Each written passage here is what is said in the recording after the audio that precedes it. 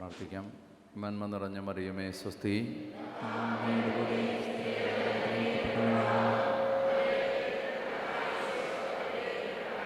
പരിശുദ്ധ മറിയമേ തമ്പുരാൻ്റെ അമ്മേ, പാപികളായ ഞങ്ങൾക്ക് വേണ്ടി ഇപ്പോഴും ഞങ്ങളുടെ മരണസമയത്തും ദേശം മുഴുവനെയും അമ്മയുടെ വിമല ഹൃദയത്തിലേക്ക് സമർപ്പിച്ച് പ്രാർത്ഥിക്കാം. നന്മ നിറഞ്ഞ മറിയമേ സ്വസ്തി, അങ്ങയുടെ കൂടെ സ്ത്രീകളിൽ അങ്ങ് അനുഗ്രഹിക്കപ്പെട്ടവളാകുന്നു. അങ്ങയുടെ ഉദരത്തിന് ഫലമായ ഈശോ അനുഗ്രഹിക്കപ്പെട്ടവനാവുന്നു. പരിശുദ്ധ മറിയമേ തമ്പുരാൻ്റെ അമ്മേ, പാപികളായ ഞങ്ങൾക്ക് വേണ്ടി ഇപ്പോഴും ഞങ്ങളുടെ മരണസമയത്തും തമ്പുരാനോട് അപേക്ഷിച്ചു വരണം. ഏറ്റുചൊല്ലി പ്രാർത്ഥിക്കാം. പരിശുദ്ധാത്മാവേ വരണമേ, പരിശുദ്ധാത്മാവേ വരണമേ. അങ്ങയുടെ ഇഷ്ടദാസിയായ പരിശുദ്ധ കന്യകാമാതാവിൻ്റെ വിമല ഹൃദയത്തിൻ്റെ ശക്തമായ മധ്യസ്ഥത വഴി ഞങ്ങളിൽ വന്നു നിറയണമേ, ഞങ്ങളിൽ വസിക്കണമേ, ഞങ്ങളെ നയിക്കുകയും ചെയ്യണമേ. പരിശുദ്ധാത്മാവേ വരണമേ, അങ്ങയുടെ ഇഷ്ടദാസിയായ പരിശുദ്ധ കന്യകാമാതാവിൻ്റെ വിമല ഹൃദയത്തിൻ്റെ ശക്തമായ മധ്യസ്ഥത വഴി ഞങ്ങളിൽ വന്നു നിറയണമേ, ഞങ്ങളിൽ വസിക്കണമേ, ഞങ്ങളെ നയിക്കുകയും ചെയ്യണമേ. ഉച്ചത്തിൽ പ്രാർത്ഥിക്കാം. ഈശോയുടെ തിരുഹൃദയത്തിൽ നിന്ന്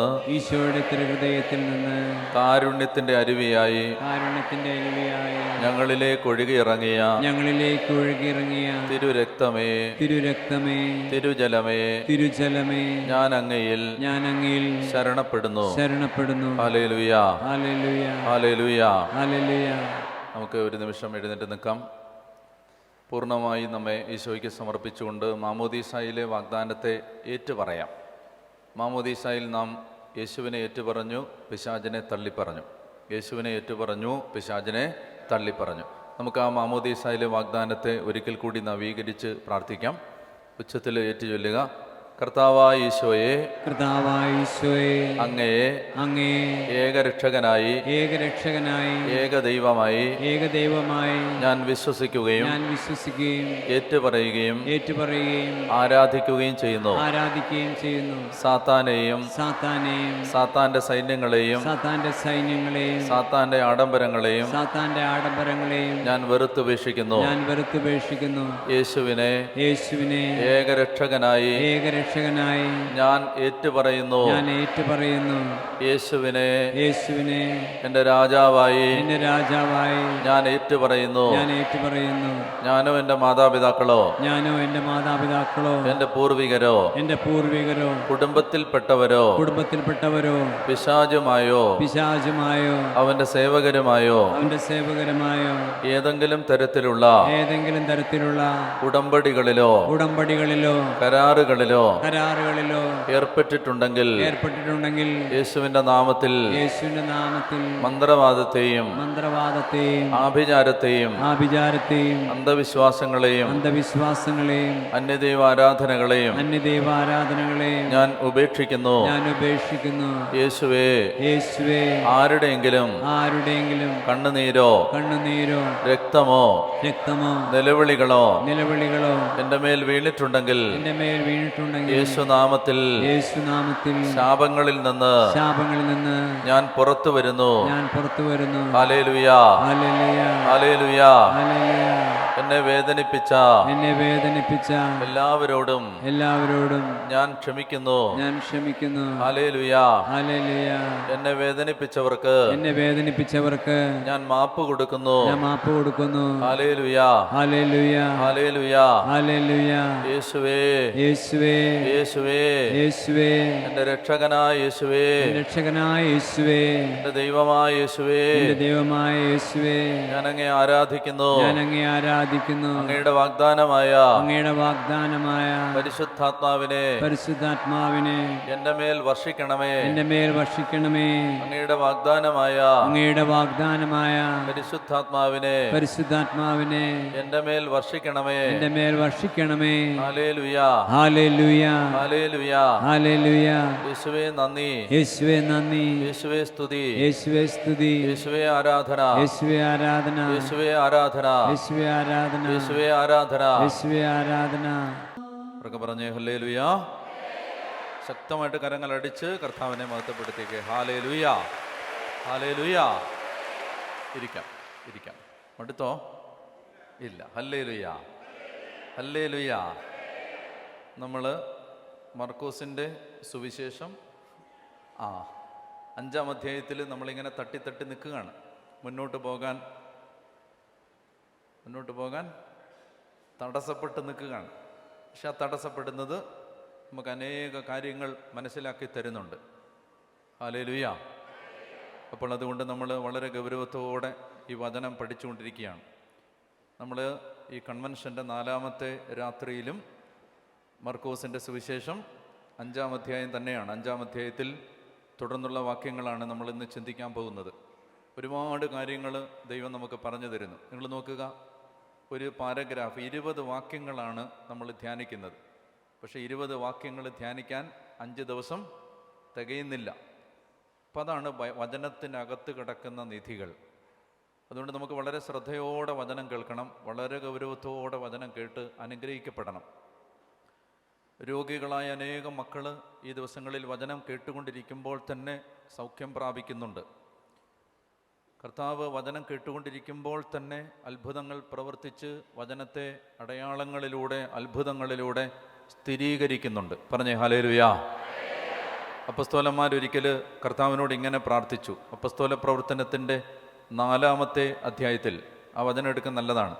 അപ്പസ്തോല പ്രവർത്തനത്തിൻ്റെ 4-ാം അധ്യായത്തിൽ അപ്പസ്തോലന്മാർ ഈശോയോട് ഇങ്ങനെ പ്രാർത്ഥിച്ചു. ഇങ്ങനെയാണ് അവർ പ്രാർത്ഥിച്ചത്. 4-ാം അധ്യായത്തിൽ 4-ാം അധ്യായത്തിൻ്റെ 30-ാമത്തെ തിരുവചനം. അപ്പസ്തോല പ്രവർത്തനങ്ങൾ 4-ാം അധ്യായം 30-ാം തിരുവചനം കിട്ടിയവർ വായിക്കുക.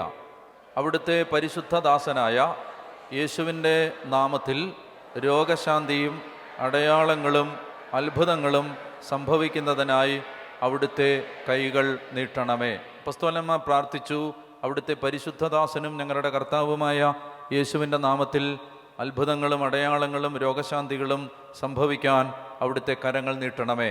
അവിടുത്തെ വചനം പൂർണ്ണ ധൈര്യത്തോടെ പ്രസംഗിക്കാൻ ഈ ദാസരെ ശക്തരാക്കണമേ. അപ്പോൾ അവർ ഇത് പ്രാർത്ഥിച്ചു. ഈ പ്രാർത്ഥിച്ചതിൻ്റെ മറുപടി സ്വർഗം അവർക്ക് നൽകുന്നത് 14-ാമത്തെ അധ്യായത്തിൽ കിടപ്പുണ്ട്. 14-ാമത്തെ അധ്യായം 3-ാമത്തെ തിരുവചനം. അപ്പസ്തോല പ്രവർത്തനങ്ങൾ 14:3 വായിക്കാം. എങ്കിലും അവർ വളരെ നാൾ അവിടെ താമസിച്ച് കർത്താവിനെ പറ്റി ധൈര്യപൂർവം പ്രസംഗിച്ചു. അത്ഭുതങ്ങളും അടയാളങ്ങളും പ്രവർത്തിക്കാൻ അവർക്ക് അനുഗ്രഹം നൽകിക്കൊണ്ട് കർത്താവ് തൻ്റെ കൃപയുടെ വചനത്തിന് സാക്ഷ്യം നൽകി. ഹല്ലേലൂയ. അത്ഭുതങ്ങളും അടയാളങ്ങളും പ്രവർത്തിച്ചുകൊണ്ട് ദൈവം തൻ്റെ കൃപയുടെ വചനത്തിന് സാക്ഷ്യം നൽകി. പറഞ്ഞേ ഹല്ലേലൂയ, പറഞ്ഞേ ഹല്ലേലൂയ. അതായത് എവിടെ കൃപയുടെ വചനം പ്രഘോഷിക്കപ്പെടുന്നുണ്ടോ അവിടെ രോഗികൾക്ക് വേണ്ടി പ്രാർത്ഥിച്ചില്ലെങ്കിലും അത്ഭുതങ്ങളും അടയാളങ്ങളും ദൈവം പ്രവർത്തിക്കും. ഹല്ലേലൂയ. നമ്മൾ വചനം വളരെ ശ്രദ്ധയോടെ ധ്യാനിച്ചു കൊണ്ടിരിക്കുമ്പോൾ രോഗികൾക്ക് വേണ്ടി പ്രാർത്ഥിച്ചില്ലെങ്കിലും അത്ഭുതങ്ങൾക്ക് വേണ്ടി നാം പ്രാർത്ഥിച്ചില്ലെങ്കിലും ദൈവം അത്ഭുതം പ്രവർത്തിക്കും. മറ്റൊരു വചനം വായിക്കാം. മർക്കോസിൻ്റെ സുവിശേഷം 16-ാം അധ്യായം 19-ാമത്തെ തിരുവചനം. മർക്കോസിൻ്റെ സുവിശേഷം 16-ാം അധ്യായം 19-ാമത്തെ തിരുവചനം. അതൊന്നുറക്കെ വായിച്ചേ.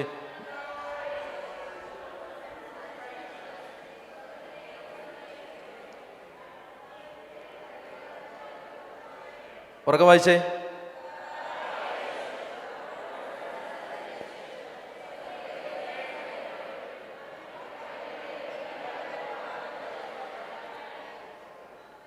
കേട്ടില്ല.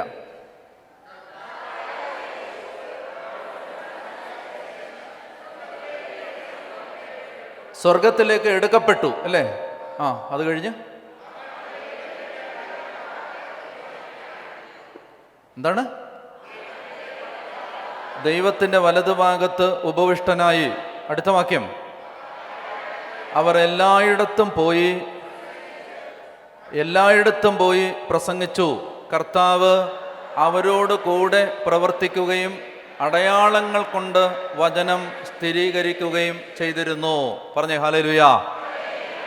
യേശു പറഞ്ഞ കൽപ്പനയനുസരിച്ച് അവർ പോയി പ്രസംഗിച്ചു. അപ്പോൾ യേശു എന്ത് ചെയ്തു? അടയാളങ്ങൾ കൊണ്ട് ദൈവവചനത്തെ സ്ഥിരീകരിച്ചു. അടയാളങ്ങൾ കൊണ്ട് ദൈവവചനത്തെ സ്ഥിരീകരിച്ചു. മനസ്സിലായോ? യേശു പറഞ്ഞതനുസരിച്ച് അവർ പോയി പ്രസംഗിച്ചപ്പോൾ യേശു എന്ത് ചെയ്തു? അടയാളങ്ങൾ കൊണ്ട് അവർ പ്രസംഗിച്ച വചനത്തെ സ്ഥിരീകരിച്ചു. അവരൊക്കെ പറഞ്ഞേ ഹല്ലേലൂയാ, പറഞ്ഞേ ഹല്ലേലൂയാ. യേശുവേ നന്ദി, യേശുവേ സ്തുതി, യേശുവേ ആരാധന, യേശുവേ ആരാധന, യേശുവേ ആരാധന, യേശുവേ ആരാധന. അതായത് അപ്പസ്തോലന്മാർ ഓരോരുത്തരും, പൗലോസ് ശ്ലീഹ അദ്ദേഹം പറയുന്നുണ്ട്, ഞാൻ പ്രസംഗിച്ചത് വാഗ്വിലാസത്തോടെ ആയിരുന്നില്ല. എൻ്റെ പ്രസംഗമോ വാക്കുകൾ കൊണ്ട് വശീകരിക്കുന്ന, വായിച്ചേ 1 കൊരിന്തോസ് 2-ാം അധ്യായം 4-ാമത്തെ വാക്യം. 1 കൊരിന്തോസ് 2-ാം അധ്യായം 4-ാമത്തെ വാക്യം വായിക്കാം. 1 കൊരിന്തോസ് 2:4 വായിക്കാം. എൻ്റെ വചനവും പ്രസംഗവും വിജ്ഞാനം കൊണ്ട് വശീകരിക്കുന്നതായിരുന്നില്ല, പ്രത്യുത ആത്മാവിൻ്റെയും ശക്തിയുടെയും വെളിപ്പെടുത്തലായിരുന്നു. ആത്മാവിൻ്റെയും ശക്തിയുടെയും വെളിപ്പെടുത്തലായിരുന്നു. അപ്പം അതുകൊണ്ട് ദൈവവചനം ശ്രദ്ധയോടെ പഠിച്ചുകൊണ്ടിരിക്കുമ്പോൾ നമ്മിൽ കർത്താവിൻ്റെ ശക്തി പ്രവർത്തിക്കും. തിരുവനന്തപുരത്ത് ഒരു മകൾ എൻ്റെ അടുത്ത് വന്ന് പറഞ്ഞാണ്, അച്ഛൻ യോഹന്നാൻ്റെ സുവിശേഷം ശാലോമിൽ പഠിപ്പിക്കുമ്പോൾ ഞാനും എൻ്റെ ഒരു കൂട്ടുകാരിയും കൂടെ ചേർന്ന് അത് അച്ഛൻ പറയുന്നത് പോലെ തന്നെ ഈ വചനം കേട്ട് ബുക്കിനകത്തേക്ക് പകർത്തി എഴുതിക്കൊണ്ടിരിക്കുകയായിരുന്നു. 8 വർഷമായിട്ട് കുഞ്ഞുങ്ങളില്ലാതിരുന്ന എൻ്റെ കൂട്ടുകാരിക്ക് ഇത് ചെയ്തുകൊണ്ടിരുന്നപ്പോൾ ദൈവം കുഞ്ഞിനെ നൽകി അനുഗ്രഹിച്ചു. ഹല്ലേലൂയ. എന്താ സംഭവിച്ചത്? ദൈവവചനം കേട്ടിട്ട് അത് പകർത്തി എഴുതിക്കൊണ്ടിരിക്കുകയാണ്. അപ്പോൾ ഈ വചനം പകർത്തി എഴുതിക്കൊണ്ടിരിക്കുമ്പോൾ ദൈവം അവർക്ക് സന്താന ഭാഗ്യം നൽകി. സന്താന ഭാഗ്യം. പറഞ്ഞേ ഹല്ലേലൂയ, പറഞ്ഞേ ഹല്ലേലൂയ, ഹല്ലേലൂയ, ഹല്ലേലൂയ. അപ്പം അതുകൊണ്ട് ദൈവം എന്ത് ചെയ്യും? നമ്മളിങ്ങനെ വചനം പ്രസംഗിച്ച് നിങ്ങൾ വചനം കേട്ടുകൊണ്ടിരിക്കെ തന്നെ ദൈവത്തിൻ്റെ പരിശുദ്ധാത്മാവ് നിറയും, അത്ഭുതങ്ങളും അടയാളങ്ങളും പ്രവർത്തിക്കും. ഇന്ന് കരങ്ങളടിച്ച് കർത്താവിന് നന്ദി പറഞ്ഞേ ഹല്ലേലൂയ. അപ്പം അതുകൊണ്ട് നമുക്ക് മർക്കോസിൻ്റെ സുവിശേഷം 5-ാം അധ്യായത്തിൻ്റെ ബാക്കി ഭാഗത്തേക്ക് കടക്കാം. ഇനി എവിടെയാണ് അടുത്ത വാക്യം? ഏതാണ്? നിങ്ങൾ മറന്നുപോയോ? Very good. ജോൺസാ കുരിപ്പുഴയിൽ ജോൺസനായിട്ട് ജീവിക്കാൻ അനുവാദമില്ല. പിന്നെ ആരായിട്ട് ജീവിക്കാൻ അനുവാദമുള്ളൂ? യേശുവായിട്ട്. ജോൺസൺ അത് മറന്നു പോകരുത്. അപ്പോൾ വായിക്കാം. മർക്കോസിൻ്റെ സുവിശേഷം 5-ാമത്തെ അധ്യായം 9-ാമത്തെ വാക്യമാണ് അടുത്തത്. നാം ചിന്തിക്കുന്ന അടുത്ത വാക്യം മർക്കോസ് 5:9. മറുപടി പറയുന്നു, എൻ്റെ പേരെന്താണ്? ഞാൻ ചോദിക്കട്ടെ നിങ്ങളോട്, പേരെന്താണെന്ന് ചോദിച്ചിട്ട് കല്യാണം ആലോചിക്കാനൊന്നും അല്ലല്ലോ, ആണോ? പേര് ചോദിച്ചിട്ട് പേരും എന്തുവരെ പഠിച്ചു, എവിടെ ജോലി? പിശാച് ബാധിതൻ്റെ അടുത്ത് പേരും അഡ്രസ്സും ചോദിച്ചെന്തിനാണ്? പേര് ചോദിച്ചിട്ട് കൊച്ചിനെ കെട്ടിച്ചു കൊടുക്കാനൊന്നും അല്ലല്ലോ, ആണോ? അല്ല, പിന്നെന്തിനായിരിക്കും? എന്തിനാണ് ഇവൻ്റെ പേര് ചോദിക്കുന്നത്? അതായത് പൈശാചിക ശക്തിയെ തിരിച്ചറിയുന്നത്. യേശുവിനെ തിരിച്ചറിയാം, പക്ഷെ യേശു ചെയ്ത ഓരോ കാര്യവും ശിഷ്യന്മാരെ പഠിപ്പിക്കാനാണ്, നമ്മളെ പഠിപ്പിക്കാനാണ്. അതിലേക്ക് വരാം. പല പൈശാചിക അരൂപികൾ നമ്മിൽ പ്രവർത്തിക്കുന്നുണ്ട്. അനേകം പൈശാചിക അരൂപികൾ നമ്മൾ ഓരോരുത്തരിലും പ്രവർത്തിക്കുന്നുണ്ട്. മനസ്സിലായോ? നമ്മളിൽ പരിശുദ്ധാത്മാവുണ്ട്. എന്നാൽ നമ്മിൽ ചില ജീവിതത്തിൻ്റെ ചില മേഖലകളിൽ പിശാച്, ഉദാഹരണം പറഞ്ഞാൽ, നന്നായിട്ട് പ്രാർത്ഥിക്കുന്നുണ്ട്, പരിശുദ്ധാത്മാവിൻ്റെ സാന്നിധ്യമൊക്കെ ഉണ്ട്, പക്ഷേ ആൾ തെറി വിളിക്കും. അപ്പം ഈ തെറിയുടെ ഒരു ദുരാത്മാവ് അവിടെ പ്രവർത്തിക്കുന്നുണ്ട്. പറഞ്ഞേ ഹല്ലേലൂയ. അതിനെ പുറത്താക്കണം. ഇത് ഈശോ നമ്മളോട് പറഞ്ഞു തന്ന ഒരു കൽപ്പനയാണ്. നമ്മിൽ പ്രവർത്തിക്കുന്ന പൈശാചികത. പറഞ്ഞേ ഹല്ലേലൂയ, പറഞ്ഞേ ഹല്ലേലൂയ. ഉദാഹരണത്തിന് നമ്മൾ ഇതൊന്ന് മനസ്സിലാക്കാൻ വേണ്ടി ചില വചനങ്ങൾ എടുക്കണം. നമ്മിൽ പ്രവർത്തിക്കുന്ന പൈശാചിക അരൂപികൾ. ശ്രദ്ധിക്കുക, നമ്മിൽ പ്രവർത്തിക്കുന്ന പ്രശ്നം എന്താണ് എന്ന് തിരിച്ചറിയുന്നത് പരിഹാരത്തിലേക്കുള്ള ആദ്യത്തെ ചുവടുവയ്പ്പാണ്. നമ്മിൽ പ്രവർത്തിക്കുന്ന പ്രശ്നം എന്താണെന്ന് തിരിച്ചറിയുന്നത് പരിഹാരത്തിലേക്കുള്ള ആദ്യത്തെ ചുവടുവയ്പ്പാണ്. പറഞ്ഞേ ഹല്ലേലൂയ, പറഞ്ഞേ ഹല്ലേലൂയ. അപ്പോൾ ഒരു ദൈവ ശുശ്രൂഷകൻ്റെ ഏറ്റവും വലിയ കഴിവ് ഒരാളിൽ പ്രവർത്തിക്കുന്ന തിന്മ എന്താണ്, രോഗമെന്താണ്, മുറിവെന്താണ്, പൈശാചികത എന്താണ്, പാപം എന്താണ് എന്ന് ഐഡന്റിഫൈ ചെയ്യുന്നതാണ് അരൂപികളെ. മറഞ്ഞിരിക്കുന്ന അരൂപികളുണ്ട്. പറഞ്ഞേ ഹല്ലേലൂയ. അപ്പൊ ഇത് തിരിച്ചറിഞ്ഞാൽ അതിന് സൊല്യൂഷനുണ്ട്. തിരിച്ചറിയുന്നില്ല പലരും. അതുകൊണ്ട് നമുക്ക് ചില വചനങ്ങൾ വായിക്കാം. ഒരു വചനം വായിക്കേണ്ടത് മർക്കോസിന്റെ സുവിശേഷം 16-ാം അധ്യായത്തിന്റെ 14 മുതലുള്ള വാക്യങ്ങളാണ്. മർക്കോസിന്റെ സുവിശേഷം 16-ാം അധ്യായം, മർക്കോസ് 16-ാം അധ്യായം 14 മുതലുള്ള വാക്യങ്ങൾ ഉറക്കെ വായിക്കാം. പിന്നീട് അവർ 11 പേർ ഭക്ഷണത്തിനിരിക്കുമ്പോൾ അവൻ അവർക്ക് പ്രത്യക്ഷപ്പെട്ടു. ഉയർപ്പിക്കപ്പെട്ടതിന് ശേഷം തന്നെ കണ്ടവരെ വിശ്വസിക്കാത്തത് കൊണ്ട് അവരുടെ വിശ്വാസരാഹിത്യത്തെയും ഹൃദയ കാഠിന്യത്തെയും അവൻ കുറ്റപ്പെടുത്തി. അടുത്ത വാക്യം, അവൻ അവരോട് പറഞ്ഞു, നിങ്ങൾ ലോകമെങ്ങും പോയി എല്ലാ സൃഷ്ടികളോടും സുവിശേഷം പ്രസംഗിക്കണം. വിശ്വസിച്ച് സ്നാനം സ്വീകരിക്കുന്നവൻ രക്ഷിക്കപ്പെടും, വിശ്വസിക്കാത്തവൻ ശിക്ഷിക്കപ്പെടും. വിശ്വസിക്കുന്നവരോടുകൂടെ ഇനി കേട്ടോ, വിശ്വസിക്കുന്നവരോടുകൂടെ ഈ അടയാളങ്ങൾ ഉണ്ടായിരിക്കും. വിശ്വസിക്കുന്നവരോടുകൂടെ ഈ അടയാളങ്ങൾ ഉണ്ടായിരിക്കും. എന്തൊക്കെയാണ് അടയാളങ്ങൾ? 1, അവരെൻ്റെ നാമത്തിൽ അവരെൻ്റെ നാമത്തിൽ. ചേച്ചിക്ക് പിശാചുക്കളെ ബഹിഷ്കരിക്കാനുള്ള കഴിവുണ്ടോ? Yes or no? ഉണ്ടെങ്കിൽ ഒരു 3-4 വിടാനാ. ഉണ്ടോ? അമ്മച്ചിക്ക് കൊച്ചിനുണ്ടോ? ചേട്ടനുണ്ടോ? വിശ്വസിക്കുന്നവരോടുകൂടി അടയാളങ്ങൾ ഉണ്ടായിരിക്കും. വചനം തെറ്റുവോ? വചനം തെറ്റത്തില്ല. വിശ്വസിക്കുന്നവരോടുകൂടി അടയാളങ്ങൾ ഉണ്ടായിരിക്കും. ഓക്കെ, 1-ാമത്തെ അടയാളം, അവൻ എൻ്റെ നാമത്തിൽ പിശാചുക്കളെ ബഹിഷ്കരിക്കും. പറ. അല്ലല്ല, ഇത് പറഞ്ഞിട്ട് മതി. വിശ്വസിക്കുന്നവർ എൻ്റെ നാമത്തിൽ പിശാചുക്കളെ ബഹിഷ്കരിക്കും. പറ, ബഹിഷ്കരിച്ചിട്ടുണ്ടോ? ചേട്ടൻ എത്ര പിശാചിനെ ബഹിഷ്കരിച്ചിട്ടുണ്ട്? ചേച്ചി വല്ല പിശാചിനെ ബഹിഷ്കരിച്ചിട്ടുണ്ടോ? ഇങ്ങനെ ചിരിച്ചോണ്ടിരുന്ന എങ്ങനെ? പറ, നിങ്ങൾ പിശാചുക്കളെ ബഹിഷ്കരിച്ചിട്ടുണ്ടോ? ഇല്ലേ? അപ്പൊ എൻ്റെ ചോദ്യം, ഇത് ആരുടെ പിശാചിനെ ബഹിഷ്കരിക്കുന്ന കാര്യമായി പറയുന്നേ? പിടികിട്ടുന്നോ? നമ്മിലുള്ള എന്തൊക്കെയാണ് നമ്മിലുള്ള പിശാചുക്കള്? കോപം, വൈരാഗ്യം, വെറുപ്പ്, പക, അസൂയ, മോഹം, ദ്രവ്യാഗ്രഹം, ആസക്തി, അശുദ്ധി, ഇങ്ങനെ സകല മദ്യപാനം, പുകവലി, മയക്കുമരുന്ന്, അടിമത്തങ്ങൾ, തഴക്കദോഷങ്ങൾ, ഇതെല്ലാം ഒരു വ്യക്തിയിൽ പല രീതിയിൽ കാണപ്പെടുന്ന പിശാചുക്കളാണ്. പറഞ്ഞേ ഹല്ലേലൂയാ. മനസ്സിലാവുന്നോ? അവർ എൻ്റെ നാമത്തിൽ പിശാചുക്കളെ ബഹിഷ്കരിക്കും. ആരുടെ പിശാചിനെ? നമ്മുടെ പിശാചിനെ. നമ്മുടെ അകത്തുള്ള ഈ പൈശാചികതയെ ഇല്ലാതാക്കാനുള്ള ശക്തി നമുക്ക് യേശു തന്ന വിശ്വാസത്തിനുണ്ട്. പറഞ്ഞേ ഹല്ലേലൂയാ.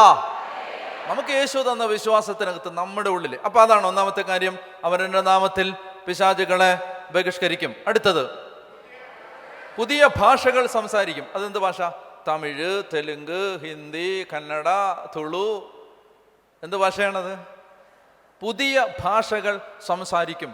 അവരുടെ നാമത്തിൽ പുതിയ ഭാഷകൾ സംസാരിക്കും. അതെന്ത് ഭാഷയാണ്? ഞാൻ ചോദിക്കട്ടെ, ഫ്രാൻസിസ് സേവ്യർ ഇന്ത്യ വന്നപ്പോൾ അദ്ദേഹത്തിന് മലയാളം അറിയാമായിരുന്നോ? ഈ ഭാഗത്തൊക്കെ ഫ്രാൻസിസ് സേവ്യർ പ്രസംഗിച്ചിട്ടുണ്ട്. ഉണ്ട്. കേരളത്തിലെ തീരപ്രദേശങ്ങളിൽ അദ്ദേഹം പ്രസംഗിച്ചിട്ടുണ്ട്. അദ്ദേഹം പ്രസംഗിച്ചപ്പോൾ അദ്ദേഹത്തിന് മലയാളം അറിയാമായിരുന്നോ? ഇല്ല.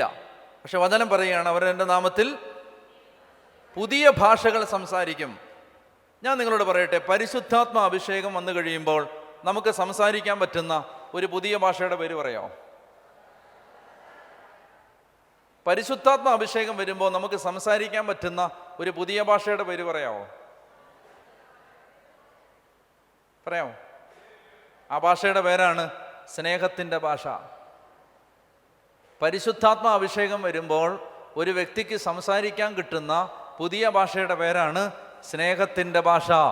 ആ ഭാഷ അമേരിക്കക്കാരനും മനസ്സിലാവും, അന്റാർട്ടിക്കക്കാരനും മനസ്സിലാവും, ഓസ്ട്രേലിയക്കാരനും മനസ്സിലാവും, ആഫ്രിക്കക്കാരനും മനസ്സിലാവും, ഏഷ്യക്കാരനും മനസ്സിലാവും. ഏത് ഭാഷ? സ്നേഹത്തിൻ്റെ ഭാഷ. പറഞ്ഞേ ഹല്ലേലൂയാ, ഹല്ലേലൂയാ. അടുത്ത വാക്യം, അവർ സർപ്പങ്ങളെ കയ്യിലെടുക്കും. അവർ വാവാ സുരേഷായിട്ട് മാറും. ആണോ? അവർ സർപ്പങ്ങളെ കയ്യിലെടുക്കും. രാജവമ്പാലെ മാളത്തിൽ നിന്ന് എടുത്ത് പള്ളിയിൽ പോകുമ്പോൾ കൊണ്ടുവരും. അങ്ങനെയാണോ? അല്ല, പിന്നെന്താ? അവർ സർപ്പങ്ങളെ കയ്യിലെടുക്കും. ഇത് നിങ്ങൾക്ക് എല്ലാവർക്കും അറിയാവുന്നതാണ്. സർപ്പങ്ങൾ എന്ന് പറഞ്ഞാൽ ഈ സർപ്പത്തെ കയ്യിലെടുക്കാൻ തന്നെ പാടാണ്. അറിയാവുന്നവർ തന്നെ എടുക്കാൻ പാടാണ്. കുറേ പണിഞ്ഞിട്ടാണ് അവരിതിനെ എടുക്കുന്നത്. ഇനി എടുത്താൽ തന്നെ കടി കിട്ടാതെ ഇതിനെ കൈ പിടിക്കാനും ഒരുപാട്. നിങ്ങൾ കണ്ടിട്ടില്ലേ? യൂട്യൂബിലൊക്കെ കണ്ടിട്ടില്ലേ? പണ്ടൊരു അമേരിക്കയിലാണെന്ന് തോന്നുന്നു, യൂട്യൂബിൽ കിടപ്പുണ്ട്. എന്തെന്നറിയാം? ഒരാൾ പറഞ്ഞു, ഇതാ കർത്താവ് പറഞ്ഞിരിക്കുന്നു, അവർ എൻ്റെ നാമത്തിൽ സർപ്പങ്ങളെ കയ്യിലെടുക്കും, ഹല്ലേലൂയ എന്ന് പറഞ്ഞിട്ട് രാജവമ്പാലയം കൊണ്ട് ഈ കൺവെൻഷന് വന്നു. ഇപ്പം ഞാൻ വരുന്ന പോലെ വന്നു. ഇത് പാമ്പിനെ കൊണ്ടാണ് വന്നത് എന്ന് പറഞ്ഞു. വിശ്വസിപ്പിൻ, ശക്തി പ്രാപിപ്പിൻ എന്ന് പറഞ്ഞിട്ട് പറഞ്ഞു, ഇതാ സർപ്പങ്ങളെ കയ്യിലെടുക്കും. പാമ്പിന് വല്ല കൺവെൻഷനാന്ന് വല്ല അറിയാമോ? പാമ്പ് ഒറ്റ കൊത്തു കൊടുത്തു, അവിടെ തന്നെ മരിച്ചു. അപ്പം എടുക്കാൻ പാടാണ്, എടുത്താൽ കടി കിട്ടാതെ പിടിക്കാനും പാടാണ്. അപ്പം സർപ്പങ്ങളെ കയ്യിലെടുക്കുമെന്ന് പറഞ്ഞാൽ കൈകാര്യം ചെയ്യാൻ പ്രയാസമുള്ള ആളുകളെ അവർ തങ്ങൾക്ക് ലഭിച്ച വിശ്വാസം കൊണ്ട് കൈകാര്യം ചെയ്യും. അങ്ങനെ കൈകാര്യം ചെയ്യാൻ ബുദ്ധിമുട്ടുള്ള ഒരുപാട് കെട്ടിയവന്മാരെ തങ്ങൾക്ക് കിട്ടിയ അഭിഷേകം കൊണ്ട് കൈകാര്യം ചെയ്ത ചേച്ചിമാര് ഇതിനകത്ത് ഇരിപ്പുണ്ടെങ്കിൽ ഒരു ഹല്ലേലൂയ പറഞ്ഞേ. ഉണ്ടോ? ഉണ്ട്. കൈകാര്യം ചെയ്യാൻ നാടിന് കൊള്ളാത്തവർ, വീടിന് കൊള്ളാത്തവർ, നാട്ടുകാർക്ക്, പോലീസിന് നിയന്ത്രിക്കാൻ പറ്റാത്തവർ, ഗവൺമെൻറ്റിന് നിയന്ത്രിക്കാൻ പറ്റാത്തവർ, രാഷ്ട്രീയക്കാർക്ക് നിയന്ത്രിക്കാൻ പറ്റാത്തവർ, കൂട്ടുകാർക്ക് നിയന്ത്രിക്കാൻ പറ്റാത്തവർ. പക്ഷേ വാവാ സുരേഷ് പാമ്പിനെ എടുത്ത് പിടിച്ചേക്കുന്ന പോലെ ചേച്ചി ഇങ്ങനെ നല്ല സൂപ്പറായിട്ട് ഇതിനെ കൊണ്ട് നടക്കാണ്. ഇത് ചീറ്റുമ്പോൾ ചേച്ചി അപ്പോൾ പാമ്പ് നോ നോ നോ നത്തിങ്, ഒന്നുമില്ല. പറഞ്ഞേ ഹല്ലേലൂയാ, പറഞ്ഞേ ഹല്ലേലൂയാ. അവർ സർപ്പങ്ങളെ, എനിക്കറിയാം ചില ചേട്ടന്മാരെ, അവർ ടെററാണ്. ടെറർ എന്ന് പറഞ്ഞാൽ അവരെവിടെ പോയാലും അവിടെ ടെററാണ്. ഇവിടെ വന്നാൽ അവരിവിടെ ടെററാണ്, ടെറർ. പക്ഷെ ഭാര്യ ഒന്ന് നോക്കിയാൽ ഒന്നുമില്ല, നത്തിങ്, എന്നെ ഒന്നും ചെയ്യണ്ട, പേടിപ്പിച്ചാൽ മതി എന്ന് പറയുന്ന ആളുകൾ. പറഞ്ഞേ ഹല്ലേലൂയാ. അവർ സർപ്പങ്ങളെ കയ്യിലെടുക്കും. പറഞ്ഞേ ഹല്ലേലൂയാ. അടുത്തത്, അവർ എൻ്റെ നാമത്തിൽ പിശാചുക്കളെ ബഹിഷ്കരിക്കും, പുതിയ ഭാഷകൾ സംസാരിക്കും, സർപ്പങ്ങളെ കയ്യിലെടുക്കും, മാരകമായ എന്ത് കുടിച്ചാലും അതവരെ ഉപദ്രവിക്കുകയില്ല. ഇത് പറഞ്ഞിട്ട് കള്ളു കുടിക്കുന്ന ആളുകളുണ്ട്. മാരകമായ എന്ത് കുടിച്ചാലും എനിക്ക് കുഴപ്പമില്ലടി എന്ന് പറയും. അതല്ലിത്.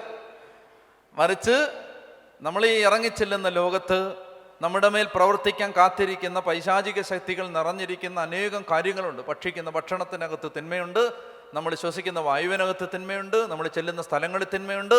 അത് വിശ്വസിക്കുന്നവരെ സ്പർശിക്കുകയില്ല. യേശുവിൽ വിശ്വാസമുള്ള മക്കളെ അത് സ്പർശിക്കുകയില്ല. അതാണ് ഇതിൻ്റെ അർത്ഥം. അപ്പോൾ ഞാൻ പറഞ്ഞു വരുന്നത്, യേശു പറയുകയാണ്, നിന്റെ പേരെന്താണ്?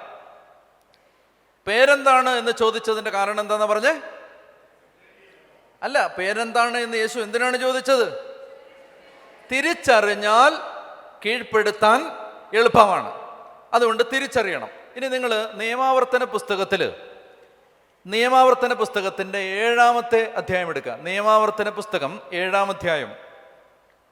നിയമാവർത്തനം 7-ാം അധ്യായത്തിൽ കാനാൻ ദേശത്തേക്ക് ചെന്ന് കഴിയുമ്പോൾ അനുവർത്തിക്കേണ്ട ഒരു കാര്യത്തെക്കുറിച്ച് ഒരു വചനമുണ്ട്. അതൊന്ന് ഉറക്കെ വായിക്കണം. നിയമാവർത്തനം 7-ാം അധ്യായം 1 മുതൽ വായിക്കാം. നിയമാവർത്തനം 7-ാം അധ്യായം 1 മുതൽ വായിച്ചേ.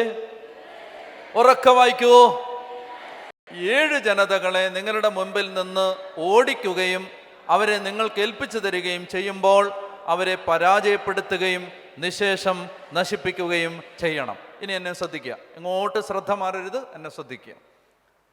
ഈജിപ്തിൽ നിന്ന് ജനത്തെ മോശയുടെ നേതൃത്വത്തിൽ വിമോചിപ്പിച്ച് ദൈവം അവരെ കാനാൻ ദേശത്ത് കൊണ്ടുവന്നു കഴിഞ്ഞപ്പോൾ കാനാൻ ദേശത്തുണ്ടായിരുന്ന ശത്രുക്കളെ, 7 ജനതകളെ ദൈവം അവർക്ക് വേണ്ടി നേരത്തെ പരാജയപ്പെടുത്തിയിട്ടല്ല അവരെ കാനാൻ ദേശത്ത് കൊണ്ടുപോയി നിർത്തിയത്.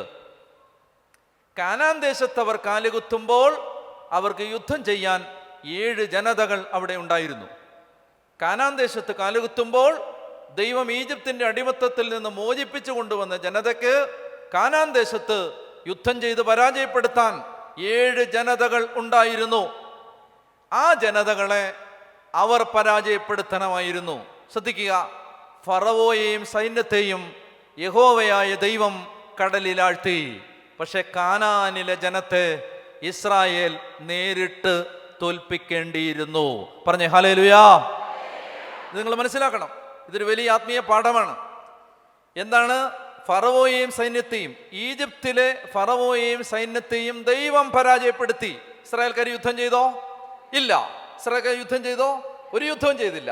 മറിച്ച് ദൈവം അവരെ കടലിലാഴ്ത്തി ശത്രുവിന്റെ കരങ്ങളിൽ നിന്ന് ദൈവജനത്തെ മോചിപ്പിച്ചു. എന്നാൽ അവിടെ മോചിപ്പിച്ച് അവിടെ നിന്ന് കാനാൻ ദേശത്ത് കൊണ്ടുവന്ന് കഴിയുമ്പോൾ ആ ജനതയെ ജോഷുവയുടെ നേതൃത്വത്തിൽ ഇസ്രായേൽക്കാർ നേരിട്ട് പരാജയപ്പെടുത്തി. എന്താ ഇതിൻ്റെ അർത്ഥം?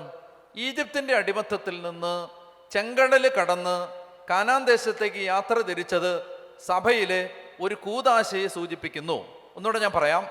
ഈജിപ്തിൻ്റെ അടിമത്തത്തിൽ നിന്ന്, ഫറവോയുടെ അടിമത്തത്തിൽ നിന്ന്, വിജാതീയ രാജ്യത്ത് നിന്ന് മോചിപ്പിച്ച് കടല് കടന്ന് വെള്ളം കടന്ന് വെള്ളത്തിലൂടെ കയറി മരുഭൂമിയിലെത്തി കാനാൻ ദേശത്തേക്ക് യാത്ര തിരിക്കുന്ന ഈ യാത്ര തിരുസഭയിലെ ഒരു കൂദാശയുടെ അടയാളമാണ്. ഏതാണ് ആ കൂദാശ? വെള്ളത്തിലൂടെ രക്ഷ പ്രാപിക്കുന്ന കൂദാശ. ഏതാണത്? മാമോദീസ, ജ്ഞാനസ്നാനം.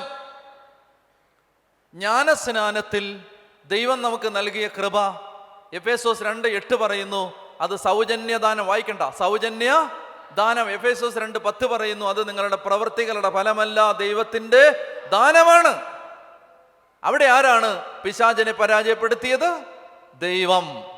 അവിടെ ദൈവം നമുക്ക് വേണ്ടി പിശാചിനെ പരാജയപ്പെടുത്തി പിശാചിന്റെ രാജ്യത്തിൽ നിന്ന് തൻ്റെ കുരിശുമരണത്തിലൂടെ നമ്മളെ വിമോചിപ്പിച്ച് കാനാൻ ദേശത്തേക്ക് ക്രിസ്തീയ ജീവിതത്തിലേക്ക് എത്തിക്കുന്നു. കേൾക്കുന്നുണ്ടോ? ഈ ക്രിസ്തീയ ജീവിതത്തിലേക്ക് എത്തിക്കഴിഞ്ഞാൽ പിന്നെ നമ്മളിലുള്ള കോപത്തെയും വെറുപ്പിനെയും വൈരാഗ്യത്തെയും അസൂയയെയും പകയെയും പ്രതികാരത്തെയും മോഹങ്ങളെയും ലോഭങ്ങളെയും ആഗ്രഹങ്ങളെയും ദുരാശകളെയും പരാജയപ്പെടുത്തേണ്ടത് നമ്മുടെ ജോലിയാണ്. ഈ 7 ജനതകൾ എന്തിനെ സൂചിപ്പിക്കുന്നു? 7 മൂലപാപങ്ങളെ സൂചിപ്പിക്കുന്നു. പറഞ്ഞേ ഹല്ലേലൂയാ. മനസ്സിലായ? കാനാൻ ദേശത്ത് ജോഷുവയുടെ നേതൃത്വത്തിൽ ദൈവജനത്തിന് പരാജയപ്പെടുത്താനുണ്ടായിരുന്ന 7 ജനതകൾ 7 മൂലപാപങ്ങളെ സൂചിപ്പിക്കുന്നു. ഒന്നാമത്തെ മൂലപാപം അഹങ്കാരം. അഹങ്കാരം, കോപം, അസൂയ, ഭക്ഷണാസക്തി, മോഹം, അലസത. ഓർക്കുന്നുണ്ടോ ഇതൊക്കെ? അപ്പോൾ ഈ മൂലപാപങ്ങളെ പരാജയപ്പെടുത്തണം. അപ്പോൾ അതുകൊണ്ട് ഐഡന്റിഫൈയിങ് ദ സ്പിരിറ്റ്. യേശു ചോദിച്ചു, നിന്റെ പേരെന്താണ്? മനസ്സിലാവുന്നുണ്ടോ? ഈശോ ചോദിക്കുകയാണ്, നിന്റെ പേരെന്താണ്? അവർക്ക് പറഞ്ഞേ ഹല്ലേലൂയാ. പറഞ്ഞേ ഹല്ലേലൂയാ. പറഞ്ഞേ ഹല്ലേലൂയാ. ഉടനെ ഇനി മർക്കോസ് 5:9 തിരിച്ചു വരിക. യേശു ചോദിച്ചു, മർക്കോസ് 5:9. വായിച്ചു. നിന്റെ പേരെന്താണ്? യേശു ചോദിച്ചു. പറ. അവൻ പറഞ്ഞു ലെഗിയോൺ. ഇനി നിർത്തിക്കെ മതി. ലെഗിയോൺ. അവൻ പറഞ്ഞു, ലെഗിയോൺ എന്ന് പറഞ്ഞാൽ ലീജിയൻ, LEGION. മനസ്സിലായോ? അതാണ് ലെഗിയോൻ എന്ന് പറഞ്ഞാൽ പിശാചിന്റെ പേരല്ല. ലെഗിയോൻ എന്ന് പറഞ്ഞാൽ ഒരു സംഘം. റോമൻ പട്ടാളത്തിൽ 6000 പട്ടാളക്കാരുടെ ഒരു ഗ്രൂപ്പിനെ വിളിച്ചിരുന്ന പേരാണ് ലെഗിയോൻ. പിടികിട്ടുന്നോ? പട്ടാളക്കാർ, 6000 പട്ടാളക്കാരുടെ ഗ്രൂപ്പിന്റെ പേരാണ് ലെഗിയോൻ. ലീജിയൻ, ലെഗിയോൻ. ഓക്കെ. ഇപ്പൊ ലീജിയൻ ഓഫ് മേരിക്കാരെ ഇനി ലെഗിയോൻ എന്ന് വിളിക്കരുത്, ലീജിയൻ എന്ന് തന്നെ വിളിച്ചാൽ മതി. അപ്പോൾ ലെഗിയോൻ എന്ന് പറഞ്ഞാൽ എന്താണ്? പറ. ലെഗിയോൻ 6000 പട്ടാളക്കാർ. അപ്പൊ ഈ ലെഗിയോൻ എന്ന് ഇയാൾ പറഞ്ഞാൽ അതിന്റെ അർത്ഥം എന്താണ്? ഈ പിശാച് ബാധിതന്റെ ശരീരത്തിൽ എത്ര പിശാചുക്കളുണ്ട്? 6000 ദുരാത്മാക്കളുണ്ട്. 6000 ദുരാത്മാക്കൾ. നിങ്ങൾ അത്ഭുതപ്പെടേണ്ട, ഇത് ആത്മാക്കളുടെ പിടിയിലായിരിക്കും. പറഞ്ഞേ ഹല്ലേലൂയാ. നമ്മൾ സൗഖ്യ ശുശ്രൂഷ ചെയ്യുന്ന സമയത്ത് നന്നായിട്ട് ശ്രദ്ധിക്കുക, അതൊക്കെ വളരെ പ്രധാനപ്പെട്ട കാര്യങ്ങളാണ്. സൗഖ്യ ശുശ്രൂഷ ചെയ്യുന്ന സമയത്ത് നമ്മൾ സാധാരണ റിലേറ്റഡ് സ്പിരിറ്റ് എന്ന് പറയുന്ന ഒരു ആശയം ഉപയോഗിക്കും. Related spirit. ഉദാഹരണത്തിന് റിലേറ്റഡ് സ്പിരിറ്റ്, ഉദാഹരണം ഞാൻ പറയാം. ഇപ്പൊ റിജക്ഷൻ, തിരസ്കാരം. ചേച്ചിമാർ ഉപേക്ഷിക്കപ്പെടൽ, ഉപേക്ഷിക്കൽ. ആ കുഞ്ഞിന് തോന്നുകയാണ് എന്നെ ഉപേക്ഷിച്ചതാണ്, എന്നെ ഉപേക്ഷിച്ചതാണ്. അപ്പനും അമ്മയും എന്നെ കൊണ്ടുപോകാത്തത്, അപ്പനും അമ്മയും എന്നെ അബാൻഡൻ ചെയ്തതാണ്. അബാൻഡൻമെന്റ്. ഒന്നാമത്തേത് ഞാൻ പറഞ്ഞു അനാഥത്വം, രണ്ടാമത്തേത് ഉപേക്ഷിക്കൽ. ഇത് രണ്ടും കൂടെ ആവുമ്പോൾ ഈ കുഞ്ഞിൻ്റെ ഉള്ളിൽ രൂപപ്പെടുന്ന ഒരു മുറിവിൻ്റെ പേരാണ് റിജക്ഷൻ, തിരസ്കാരം. ആ കുഞ്ഞിൻ്റെ മനസ്സിൽ ചെറിയ പ്രായം മുതൽ എത്ര പ്രായമായാലും, വളർന്നു വന്ന് എത്ര പ്രായമായാലും യേശു സുഖപ്പെടുത്തിയില്ലെങ്കിൽ ആ കുഞ്ഞിൻ്റെ മനസ്സിൽ എല്ലാ കാലത്തും ഒരു മുറിവുണ്ടാവും. ആ മുറിവിൻ്റെ പേരാണ് റിജക്ഷൻ. ആ കുഞ്ഞെപ്പോഴും, ആ വ്യക്തി എപ്പോഴും പറഞ്ഞുകൊണ്ടിരിക്കും, എന്നോടാർക്കും ത്യാഗമില്ല, എന്നെ ആർക്കും ബഹുമാനമില്ല, എന്നെ ആർക്കും വേണ്ട, എന്നോടാർക്കും ഒരു പരിഗണനയില്ല, ഞാനിവിടെ ഒരു വേണ്ടാത്ത ആളാണ്, എല്ലാവരും എഴുതി തള്ളിയിരിക്കുകയാണ്. പറഞ്ഞ അനേകം പേരുടെ മദ്യപാനത്തിൻ്റെ റൂട്ട് ഈ റിജക്ഷനാണ്. പറഞ്ഞേ ഹല്ലേലൂയാ, പറഞ്ഞേ ഹല്ലേലൂയാ. അനേകം പേരുടെ മദ്യപാനത്തിൻ്റെ റൂട്ട് റിജക്ഷനാണ്. ഞാൻ മദ്യപാനികളെ എൻ്റെ കൂടെ കൊണ്ടുപോയി നിർത്തി വർഷങ്ങളോളം താമസിപ്പിച്ചിട്ടുണ്ട്. അവർക്ക് ആരെങ്കിലും ഉണ്ട്, അവരെ ആരോ ഓണപ്പ് ചെയ്യുന്നു, അവർ വേണ്ടപ്പെട്ട ആളുകളാണ്, അവർക്കൊരു കരുതൽ കൊടുക്കാൻ ആളുണ്ട് എന്ന് തോന്നിയാൽ ഈ മുറിവ്, ഈ പിശാച് വിട്ടുപോകും. പറഞ്ഞേ ഹല്ലേലൂയാ, പറഞ്ഞേ ഹല്ലേലൂയാ. നിങ്ങൾക്ക് മനസ്സിലാവുന്നുണ്ടോ? അപ്പോൾ റിലേറ്റഡ് സ്പിരിറ്റ് എന്ന് പറഞ്ഞാൽ ഇപ്പോൾ അനാഥത്വം, ഉപേക്ഷിക്കപ്പെടൽ, തിരസ്കാരം, ഇത് മൂന്നും ബന്ധപ്പെട്ട രൂപികളാണ്. ഒന്നുണ്ടെങ്കിൽ മൂന്നും ഉണ്ടാവും. പിടികിട്ടുന്നോ? അപ്പോൾ റിജക്ഷനെ പുറത്താക്കുമ്പോൾ, റിജക്ഷനെ സുഖപ്പെടുത്തുമ്പോൾ ഒന്നല്ല സുഖപ്പെടുന്നത്, മൂന്നും സുഖപ്പെടും, മൂന്നും വിട്ടുപോകും. ഞാൻ മനസ്സിലാവാനാണ് ഇങ്ങനെ പറയുന്നത്. റിലേറ്റഡ് സ്പിരിറ്റ്സ് നമ്മൾ അറിയില്ല. നമ്മുടെയൊക്കെ മനസ്സിൽ ഇതുപോലെ ഇങ്ങനെ കണക്റ്റഡായി കിടക്കുന്ന മുറിവുകളുണ്ട്, അരൂപികളുണ്ട്, ദുസ്വാധീനങ്ങളുണ്ട്, തഴക്കദോഷങ്ങളുണ്ട്, തിന്മകളുണ്ട്. അവരൊക്കെ പറഞ്ഞേ ഹല്ലേലൂയാ. അതുകൊണ്ട് സൗഖ്യപ്പെടാൻ തിരിച്ചറിയണം. ഒരു കൂട്ടം സ്പിരിറ്റുകൾ പറയുകയാണ്, ഞങ്ങൾ 6000 പിശാചുക്കളുണ്ട്, 6000 ദുരാത്മാക്കൾ ഇവന്റെ ശരീരത്തിൽ, 6000 പേരുണ്ട്. എന്നൊക്കെ പറഞ്ഞേ ഹല്ലേലൂയാ, പറഞ്ഞേ ഹല്ലേലൂയാ, ഹല്ലേലൂയാ, ഹല്ലേലൂയാ, ഹല്ലേലൂയാ. അപ്പൊ അത് തിരിച്ചറിയണം. ഇതിന്റെ കൂടെ നിങ്ങൾ 4-ാമത്തെ ദിവസം ആയതുകൊണ്ടാണ് ഞാൻ ഇങ്ങനെ കട്ടിയുള്ള കാര്യങ്ങളിലേക്ക് കടക്കുകയാണ്. കുറച്ച് വലിയ കട്ടിയല്ല, എന്നാലും ചില ആളുകൾക്കൊക്കെ മനസ്സിലാക്കാൻ പാടായിരിക്കും. നല്ലതായിട്ട് ശ്രദ്ധിച്ചിരിക്കണം. ഞാനിത് പറഞ്ഞതുകൊണ്ട് നിങ്ങൾ വിചാരിക്കരുത് ഇനി എല്ലാ കാര്യത്തിൻ്റെയും പിന്നിൽ ഇനി പിശാചാന്ന് പറയരുത്. ഇത്രയും ഞാൻ പറഞ്ഞതുകൊണ്ട് നിങ്ങൾ ഇനി ചിന്തിക്കരുത്, നിങ്ങൾ അങ്ങോട്ട് പോകുന്ന വഴിക്ക് നിങ്ങൾക്കൊരു തലവേദന വന്നു, ഉടനെ നിങ്ങൾ എന്ത് പറയും? അയ്യോ പിശാച് തലവേദന തന്നിരിക്കുകയാണ്. ഇപ്പം എനിക്ക് ഇങ്ങോട്ട് വരുന്നപ്പോൾ രാവിലെ അല്ല, ഉച്ച കഴിഞ്ഞപ്പോൾ മുതൽ എനിക്ക് തലവേദനയാണ്, ഇപ്പോഴും ഉണ്ട്. പറയാൻ പറ്റുമോ പിശാച് കൊണ്ടുവന്നാന്ന്? ഇല്ല. അത് വെള്ളം കുടിക്കാത്തതിൻ്റെ ആയിരിക്കും, വിശ്രമിക്കാത്തതിൻ്റെ ആയിരിക്കും. എനിക്കതുകൊണ്ട് ഞാൻ ഒരു വിലപ്പെട്ട പാഠം നിങ്ങളെ പഠിപ്പിക്കാൻ ആഗ്രഹിക്കുകയാണ്. വിലപ്പെട്ട പാഠം. ഇത് നിങ്ങൾ നന്നായി ശ്രദ്ധിച്ചാൽ നിങ്ങൾക്ക് മനസ്സിലാവും. നന്നായിട്ട് ശ്രദ്ധിച്ചാലേ മനസ്സിലാവത്തുള്ളൂ. അതായത് 2 കാര്യങ്ങൾ ശ്രദ്ധിക്കണം. ഒന്ന്, പിശാച് വരുത്തുന്നത് കൊണ്ട് ജഡത്തിൽ നിന്ന് വരുന്നതുമുണ്ട്. ഞാൻ എന്താ പറഞ്ഞേ? വളരെ സൂക്ഷ്മമായിട്ട് ഞാൻ പറയുന്ന വാക്കുകൾ ശ്രദ്ധിക്കുക. പിശാച് തരുന്നതുകൊണ്ട് ജഡത്തിൽ നിന്ന് വരുന്നതുമുണ്ട്. ഞാൻ എന്താ പറഞ്ഞേ? പിശാച് തരുന്നതുകൊണ്ട് ജഡത്തിൽ നിന്ന് വരുന്നതുമുണ്ട്. ആണല്ലോ? അതെ. ഇപ്പോൾ ചില വ്യക്തികൾക്ക് അവർ ജനിച്ച കാലം മുതൽ അവർക്കുണ്ടായ ചില മുറിവുകളിലൂടെ ചില സ്വഭാവ ദൂഷ്യങ്ങളുണ്ടായിരിക്കും. ഒരു സ്വഭാവ ദൂഷ്യമാണ് ഭയങ്കര കോപം. പാത്രമൊക്കെ അടിച്ചു പൊട്ടിക്കുന്ന ആളുകളെ കണ്ടിട്ടില്ലേ? നിങ്ങൾ കണ്ടിട്ടുണ്ടോയെന്നറിയില്ല.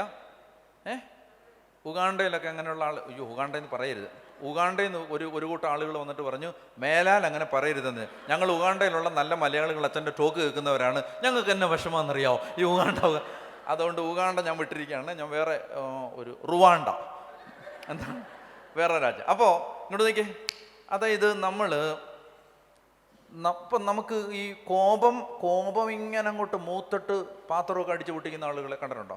ഞാൻ സെമിനാരി പഠിക്കുന്ന സമയത്ത് എൻ്റെ കൂടെ പഠിച്ചിരുന്ന ഒരു സെമിനാരിക്കാരൻ ഈ ക്രിക്കറ്റ് കളിയിലോ ഫുട്ബോൾ കളിയിലോ അങ്ങനെ എന്തെങ്കിലും കളിയിൽ ഇന്ത്യ പങ്കെടുക്കുന്നുണ്ടെങ്കിൽ ഇന്ത്യ തോറ്റാൽ അവനന്ന് ബാത്റൂമിലെ എല്ലാ ബക്കറ്റും അടിച്ചു പൊട്ടിക്കും. ഇന്ത്യ തോറ്റാൽ. അതുകൊണ്ട് ഞങ്ങൾ ഇന്ത്യ തോക്കരുതേ എന്ന് പ്രാർത്ഥിച്ചത് ഇന്ത്യയോടുള്ള സ്നേഹം കൊണ്ടല്ല, ബക്കറ്റ് വാങ്ങിക്കാൻ കാശില്ലാഞ്ഞിട്ടാണ്. അപ്പോൾ ഈ ഇന്ത്യ തോറ്റാൽ ഇവൻ ബാത്റൂമിലുള്ള സകല ബക്കറ്റ് അടിച്ചു പൊട്ടും. ബാത്റൂമിലേക്ക് ചെന്നിട്ട് ഭ്രാന്ത് പിടിച്ച പോലെ എല്ലാം അടിച്ചു പൊട്ടിക്കും. എന്തായാലും അച്ഛനായില്ല, അതിന് മുമ്പ് പുള്ളി പോയി. സഭയ്ക്ക് വലിയ നഷ്ടമായി, അല്ലെ? സഭയ്ക്ക് എന്തോരം ബക്കറ്റുകൾ നഷ്ടപ്പെട്ടേനെ. അപ്പോൾ ഏതായാലും ഇങ്ങോട്ട് നോക്കിയേ, കോപം, നിയന്ത്രണാതീതമായ കോപം. ചോദിക്കട്ടെ, ഇത് പിശാച് കൊണ്ടുവരുന്നതല്ല, ഇത് ജഡത്തീന്ന് വരുന്നതാണ്. ഇതാ വ്യക്തിക്ക്, ഞാൻ എൻ്റെ അടുത്ത് അമ്മ കുഞ്ഞിനെ കൊണ്ടുവരും, അച്ഛാ ഭയങ്കര ദേഷ്യവും അച്ഛാ, ഒന്ന് പ്രാർത്ഥിക്ക്. ഞാൻ കുഞ്ഞിനെ പ്രാർത്ഥിക്കുന്നതിന് മുമ്പ് പറയും, നിങ്ങളിൽ ആർക്കാ ദേഷ്യവും ചോദിക്കും. അപ്പനാണോ അമ്മയ്ക്കാണോ ദേഷ്യം? അപ്പോൾ അവർ പറയും, എനിക്കാ ദേഷ്യം. ഞാൻ പറഞ്ഞു, അപ്പം നമുക്ക് അവിടുന്ന് തുടങ്ങാം, ശ്രദ്ധിക്കണം. ജഡത്തീന്ന് വന്നതിനെ ജഡത്തിൽ നേരിടണം, പിശാച് കൊണ്ടുവരുന്നതിനെ പിശാചിനോട് നേരിടണം. ജഡത്തീന്ന് വരുന്നതിന് പിശാചിനെ പഴി പറഞ്ഞുകൊണ്ടിരുന്നാൽ മരണം വരെ ജഡത്തിൽ ഇതുണ്ടാവും. മനസ്സിലാവുന്നോ? പിശാച് കൊണ്ടുവരുന്നതിനെ ജഡത്തീന്ന് വരുന്നതെന്ന് പറഞ്ഞുകൊണ്ടിരുന്നാൽ മരണം വരെ ഈ പൈശാചിക പീഡ ഉണ്ടാവും. ഇതിനെ തരം തിരിച്ച് മനസ്സിലാക്കണം. പറഞ്ഞേ ഹല്ലേലൂയാ. അതുകൊണ്ട് നമ്മൾ വചനത്തിൽ ആഴപ്പെടുമ്പോൾ നമുക്കൊരു ധാരണ കിട്ടും. ജഡത്തിൽ വരുന്നതിനെ നേരിടാൻ വചനം പറഞ്ഞു തരുന്ന വഴിയാണ് ജഡത്തെ കുരിശിൽ തറയ്ക്കുക എന്ന് പറഞ്ഞ്, ജഡത്തെ കുരിശിൽ തറയ്ക്കുക. അപ്പൊ ജഡത്തിൽ നിന്ന് വരുന്നതിനെ നേരിടാനുള്ള വഴി എന്താണ്? ജഡത്തെ കുരിശിൽ തറയ്ക്കുക. ജഡത്തെ crucify the flesh, crucify the flesh, ജഡത്തെ കുരിശിൽ തറയ്ക്കുക. അപ്പൊ ജഡത്തിൽ നിന്ന് വരുന്നതിനെ നേരിടാൻ ജഡത്തെ കുരിശിൽ തറയ്ക്കണം, ജഡത്തെ കുരിശിൽ തറയ്ക്കണം. അതെങ്ങനെയാന്ന് വെച്ചാൽ, ശരീരം മെരുങ്ങാൻ വലിയ പാടാണ്. ശരിയാണോ അല്ലയോ? അതായത് നിങ്ങൾ ഇന്നലെ ഇവിടെ ഇരുന്നേ, ഇന്ന് നിങ്ങൾ നോക്കുമ്പോൾ ഇവിടെ വേറൊരു അമ്മച്ചി വന്ന് ഇരിക്കുന്നു. അപ്പം തന്നെ നിങ്ങൾക്കൊരു ഇഷ്ടക്കേടായിട്ട് നിങ്ങൾ എന്ത് ചെയ്യുന്നു? നിങ്ങൾ എഴുന്നേറ്റ് എല്ലാവരും പാടി ആരാധിച്ചുകൊണ്ടിരുന്ന സമയത്ത് അറിയാതെ വന്ന് ഇങ്ങോട്ട് വന്ന് നിന്നിട്ട് ആത്മശക്തിയെ എന്ന് പറഞ്ഞ് പാടിക്കൊണ്ടിരിക്കുന്ന സമയത്താണ് അമ്മച്ചി നിങ്ങളെക്കാ വലിയ വില്ലത്തിയാണ്. അമ്മച്ചി മഴ പോലെ പെയ്തിറങ്ങി വാ, അമ്മച്ചി നിങ്ങൾക്കിട്ട് കുത്തി. അപ്പം നിങ്ങൾക്ക് ഇഷ്ടക്കേടായി അല്ലേ? എന്താണ് ഇവിടുത്തെ പ്രശ്നം? ശരീരത്തിന് നിർബന്ധമാണ്. എന്താണ്? ഞാനിരുന്ന കസേര തന്നെ ഇരിക്കണം, എൻ്റെ സീറ്റിൽ തന്നെ ഇരിക്കണം, അല്ലേ? അങ്ങനെയാണ്. ശരീരത്തിന് ഭയങ്കര നിർബന്ധമാണ്. ഈ ശരീരം മെരുങ്ങാൻ ഭയങ്കര പാടാണ്. എന്നോടൊരു ചേട്ടൻ വന്നിട്ട് പറഞ്ഞു, അച്ഛാ മുട്ടുകുത്തി, എന്നെ കണ്ട ഉടനെ മുട്ടുകുത്തി, പ്രാർത്ഥിക്കച്ചാ. ഞാൻ പറഞ്ഞു, എന്താ പ്രശ്നം? മരിച്ചവരെ ഉയർപ്പിക്കാനുള്ള അഭിഷേകം കിട്ടാൻ വേണ്ടി പ്രാർത്ഥിക്കാൻ പറഞ്ഞു.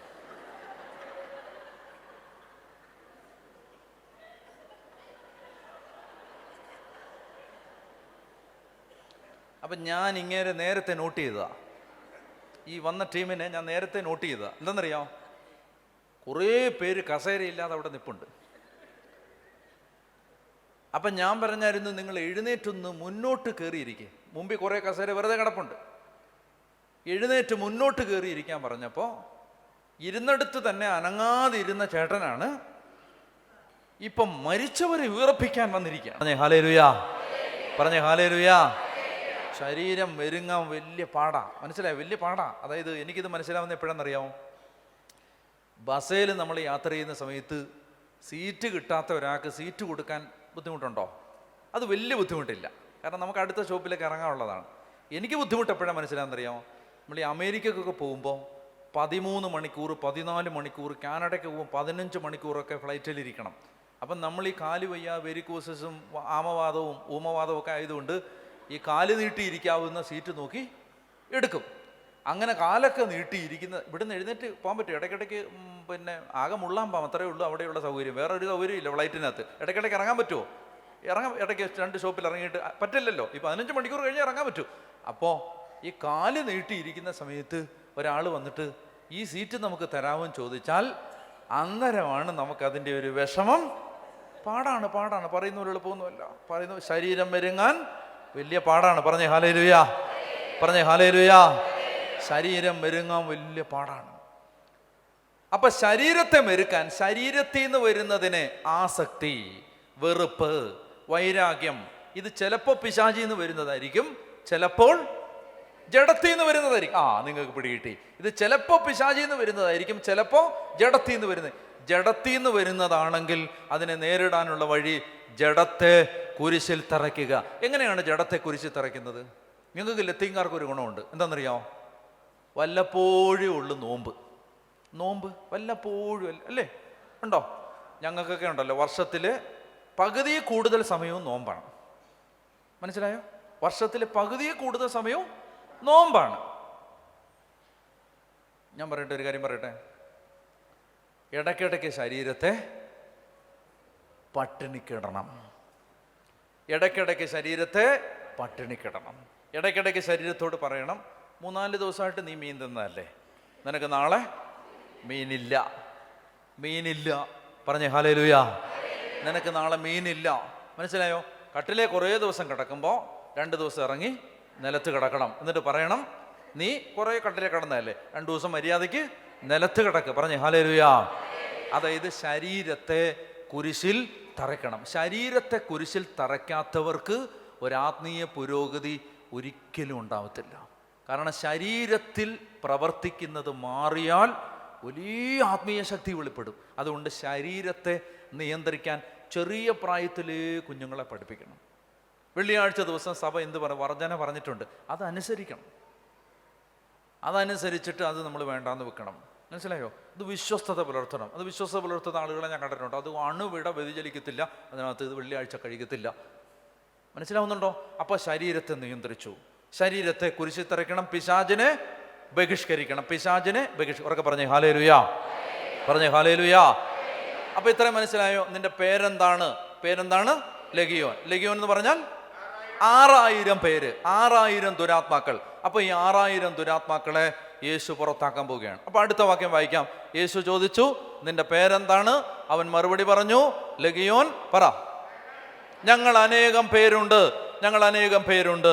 അടുത്ത വാക്യം, തങ്ങളെ ആ നാട്ടിൽ നിന്ന് പുറത്താക്കരുതേ എന്ന് അവൻ യേശുവിനോട് കേണപേക്ഷിച്ചു. കരഞ്ഞോണ്ട് പറയുകയാണ്. എന്താണ്? തങ്ങളെ എന്ന് പറഞ്ഞാൽ ഈ 6000 ദുരാത്മാക്കളെ, 6000 പിശാചുക്കളെ ഈ നാട്ടിൽ നിന്ന് പുറത്താക്കരുതേ എന്ന് അവൻ യേശുവിനോട് കേണപേക്ഷിച്ചു. ഒരിക്കലൂടെ വായിക്കാം. വാക്യം 10.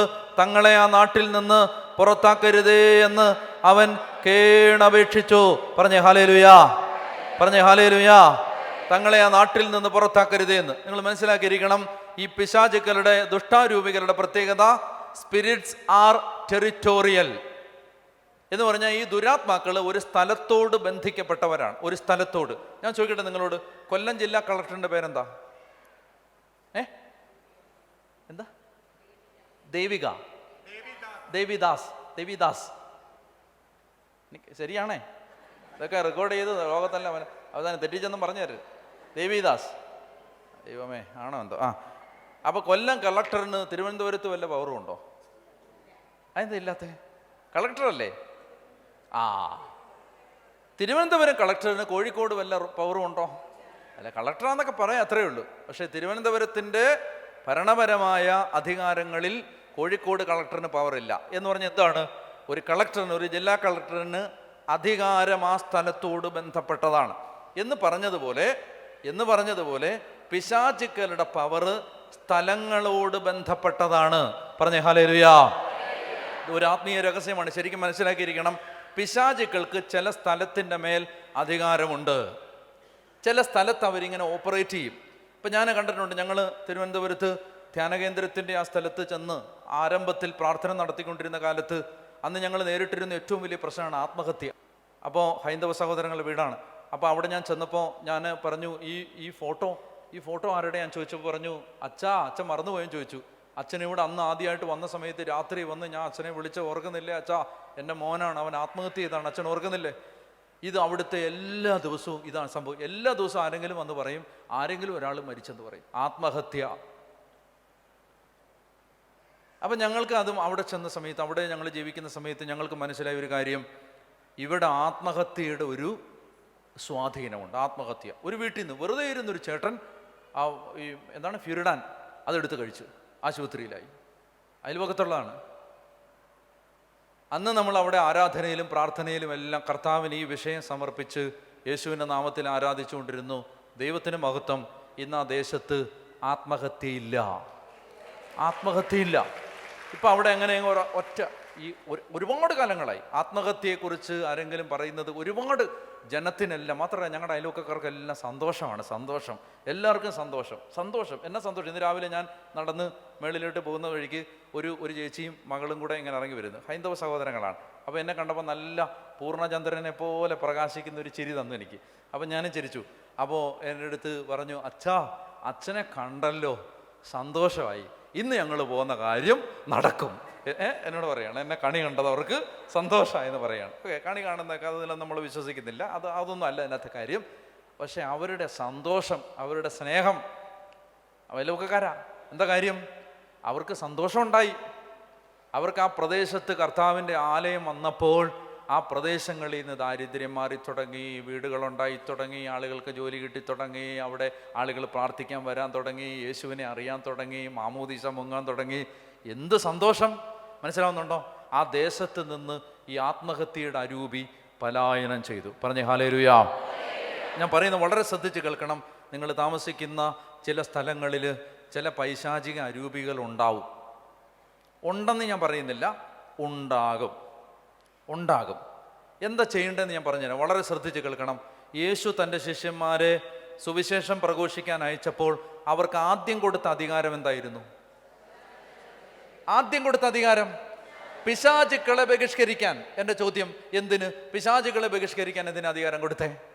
ഇനി അടുത്തത്, ഈശോ മത്തായി 28:18 വായിക്കണ്ട, സമയമില്ലാത്തതുകൊണ്ട് ഞാൻ പെട്ടെന്ന് പോവാണ്. മത്തായി 28:18 പറയുകയാണ്, സ്വർഗത്തിലും ഭൂമിയിലുമുള്ള എല്ലാ അധികാരവും എനിക്ക് നൽകപ്പെട്ടിരിക്കുന്നു, ആകയാൽ നിങ്ങൾ പോയി എല്ലാ ജനതകളെയും ശിഷ്യപ്പെടുത്തണം. എന്താ വചനത്തിൻ്റെ അർത്ഥം? യേശുവിനറിയാം ചില സ്ഥലങ്ങളിൽ അധികാരമുള്ള ചില അരൂപികളുണ്ട്, നിങ്ങൾ അതിനെ പേടിക്കണ്ട, സ്വർഗത്തിലും ഭൂമിയിലുമുള്ള എല്ലാ അധികാരവും എനിക്കാണ്, അതുകൊണ്ട് നിങ്ങൾ പൊക്കൊള്ളുക. യേശു 12 അപ്പസ്തോലന്മാരെ അടുത്ത് വിളിച്ച് സകല പിശാചുക്കളുടെ മേലും അവർക്ക് അധികാരവും ശക്തിയും കൊടുത്തു. മത്തായി 10:1-2, ലൂക്ക 9:1-2. യേശു ശിഷ്യന്മാരെ അയക്കുമ്പോൾ വേറൊരു വചനം വായിച്ച് മർക്കോസിന്റെ സുവിശേഷം 7-ാം അധ്യായം എടുത്ത് അവിടെ മറ്റൊരു വചനം പറയുന്നുണ്ട്. യേശു ശിഷ്യന്മാരെ അയക്കുന്ന സമയത്ത് യേശു വീണ്ടും അവരോട്, മർക്കോസിന്റെ സുവിശേഷം 6-ാമത്തെ അധ്യായം, മർക്കോസിന്റെ സുവിശേഷം 6-ാമത്തെ അധ്യായത്തിൽ വായിച്ച് 7 മുതൽ വായിച്ച്, മർക്കോസ് 6:7 മുതൽ. അവൻ ഗ്രാമപ്രദേശങ്ങളിൽ ചുറ്റി സഞ്ചരിച്ച് പഠിപ്പിച്ചുകൊണ്ടിരുന്നു. അവൻ തൻ്റെ 12 പേരെ അടുത്ത് വിളിച്ച് 2 പേരെ വീതം അയക്കാൻ തുടങ്ങി. അശുദ്ധാത്മാക്കളുടെ മേൽ അവർക്ക് അധികാരം കൊടുത്തു. 12 വായിച്ച്, ശിഷ്യന്മാർ പുറപ്പെട്ട് ജനങ്ങളോട് അനുഗമിക്കണമെന്ന് പ്രസംഗിച്ചു. അനേകം പിശാചുക്കളെ പുറത്താക്കി, അനേക രോഗികളെ തൈലം പൂശി സുഖപ്പെടുത്തി. പറഞ്ഞേ ഹല്ലേലൂയാ. ഒന്ന് കരങ്ങളടിച്ച് കർത്താവിന് നന്ദി പറഞ്ഞേ ഹല്ലേലൂയാ. അപ്പോൾ ശ്രദ്ധിക്കണം, നമ്മൾ ജീവിക്കുന്ന പല സ്ഥലങ്ങളിലും ചില തിന്മകൾ, ചില അരൂപികളുടെ സ്വാധീനം ഉണ്ടാവും. ഉദാഹരണം, ദാരിദ്ര്യം. ചില സ്ഥലത്ത് താമസിച്ചാൽ ദാരിദ്ര്യം വിട്ടുമാറത്തേയില്ല. ഞാൻ ഒരുപാട് അനുഭവങ്ങൾ കണ്ടതിൻ്റെ വെളിച്ചത്തിൽ പറയുകയാണ്. ചില സ്ഥലത്ത് താമസിച്ചാൽ അവിടെ താമസിക്കുന്നവരുടെ ദാരിദ്ര്യം മാറത്തേയില്ല. ചിലയിടത്ത് താമസിച്ചാൽ രോഗം അവിടെ ചിലർ പറയത്തില്ലേ, വീട് വെച്ച് ഒരു സ്ഥലത്ത് താമസിക്കാൻ തുടങ്ങുന്ന പോലെ എൻ്റെ രോഗം മാറുന്നേ. ചിലയിടത്ത് മാനഹാനി, ചിലയിടത്ത് അപമാനം. ഇങ്ങനെ ഈ ദുരാത്മാക്കളുണ്ട്. നിങ്ങൾ അതുകൊണ്ട് എന്ത് ചെയ്യണം? നിങ്ങളുടെ വീട് സ്ഥലവും വിറ്റിട്ട് വേറെ സ്ഥലത്ത് പോകണം ആണോ? അല്ല. അങ്ങനെയാണെങ്കിൽ നമുക്ക് ഓടി നടക്കാനേ സമയം കിട്ടൂ. എന്ത് ചെയ്യണം? 2 കാര്യങ്ങൾ ശ്രദ്ധിക്കണം. നിങ്ങൾ താമസിക്കുന്ന സ്ഥലങ്ങളിൽ നിങ്ങൾ വീട്ടിലിരുന്ന് ഉച്ചത്തിൽ ബൈബിൾ വായിച്ചാൽ സകല ദുരാത്മാക്കളും പെട്ടിയും കിടക്കയും എടുത്ത് പലായനം ചെയ്യും. പറഞ്ഞേ ഹല്ലേലൂയാ. മനസ്സിലായല്ലോ? നിങ്ങൾ നിങ്ങളുടെ വീട്ടിലിരുന്ന് ഉച്ചത്തിൽ ബൈബിൾ വായിക്കണം. അതിന് ഒരു തർക്കവും വിചാരിക്കരുത്. കാരണം എന്തെന്നറിയാം, വളരെ പ്രധാനപ്പെട്ട കാര്യമാണ്. ഒത്തിരി സമയമില്ലെങ്കിലും ഞാൻ പറയാം കേട്ടെ. ഒരു മനുഷ്യൻ എൻ്റെ അടുത്ത് വന്നു. ആ മനുഷ്യൻ എൻ്റെ അടുത്ത് വന്നിട്ട് പറഞ്ഞു, അച്ഛാ എനിക്കൊരു കത്തെഴുതി തരാമെന്ന് ചോദിച്ചു. ഒരു കത്തെഴുതി തരാമോ? സാധാരണഗതിയിൽ ഞങ്ങൾ അച്ഛന്മാരോട് ആളുകൾ കത്ത് ചോദിക്കുന്നത് 2 കാര്യങ്ങൾക്കാണ്. ഒന്നുകിൽ അഡ്മിഷൻ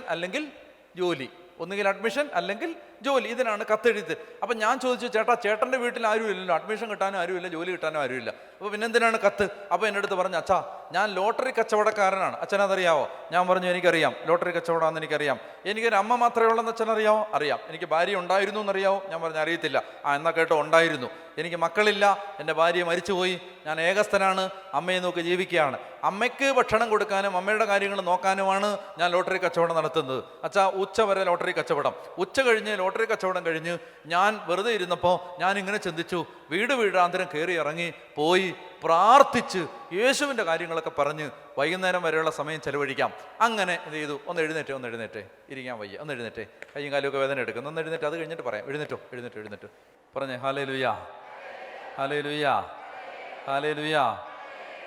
നാളെയും കൂടെ ഉള്ളല്ലേ, ഒരു 10 ദിവസം കൂടെ അങ്ങ് നടത്തിയാലോ? വരുമോ? ആണോ? ദൈവമേ, ഹല്ലേലൂയാ. അപ്പോൾ ഞാൻ എന്തറിയോ, ഞാൻ ജീവിതത്തിൽ ആദ്യമായിട്ടാണ് സാധാരണഗതിയിൽ 5 ദിവസമൊക്കെ ആകുമ്പോൾ ഞാൻ ചിന്തിക്കും, 5 ദിവസമൊക്കെ മതി, 5 ദിവസം കൊടുത്തില്ലേ എന്നോർക്കും. ഞാൻ ഇന്ന് രാവിലെ ഇരുന്ന് ആലോചിച്ചു, ഒരു 10 ദിവസം കൂടെ കൊല്ലത്തങ്ങ് നിന്നാലോ?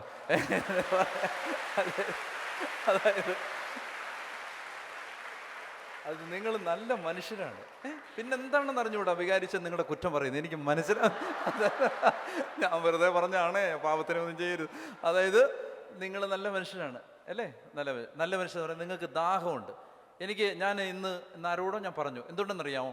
യേശു എന്തുകൊണ്ടാണ് സുവിശേഷ ശുശ്രൂഷ ആരംഭിച്ചപ്പോൾ അവിടുന്ന് ശിഷ്യന്മാരെ വിളിക്കാൻ തീരപ്രദേശത്തേക്ക് പോയത്? കൊള്ളാവുന്നത് തീരത്തേ ഉള്ളൂ പറഞ്ഞ. അതായത് യേശു എന്തുകൊണ്ടായിരിക്കും യേശു തൻ്റെ പത്രോസിനെയും അന്ത്രയോസിനെയും യാക്കോബിനെയും യോഹന്നാനെയും എല്ലാം വിളിക്കാൻ നഗരങ്ങളിലേക്ക് പോവാതെ എന്തുകൊണ്ടാണ് ഈശോ തീരങ്ങളിലേക്ക് പോയത്? അതെന്ന് പറഞ്ഞാൽ അത് നല്ല ഒന്നാന്തരം മനുഷ്യരാണ്, ഒന്നാന്തരം മനുഷ്യർ. പറഞ്ഞേ ഹല്ലേലൂയാ.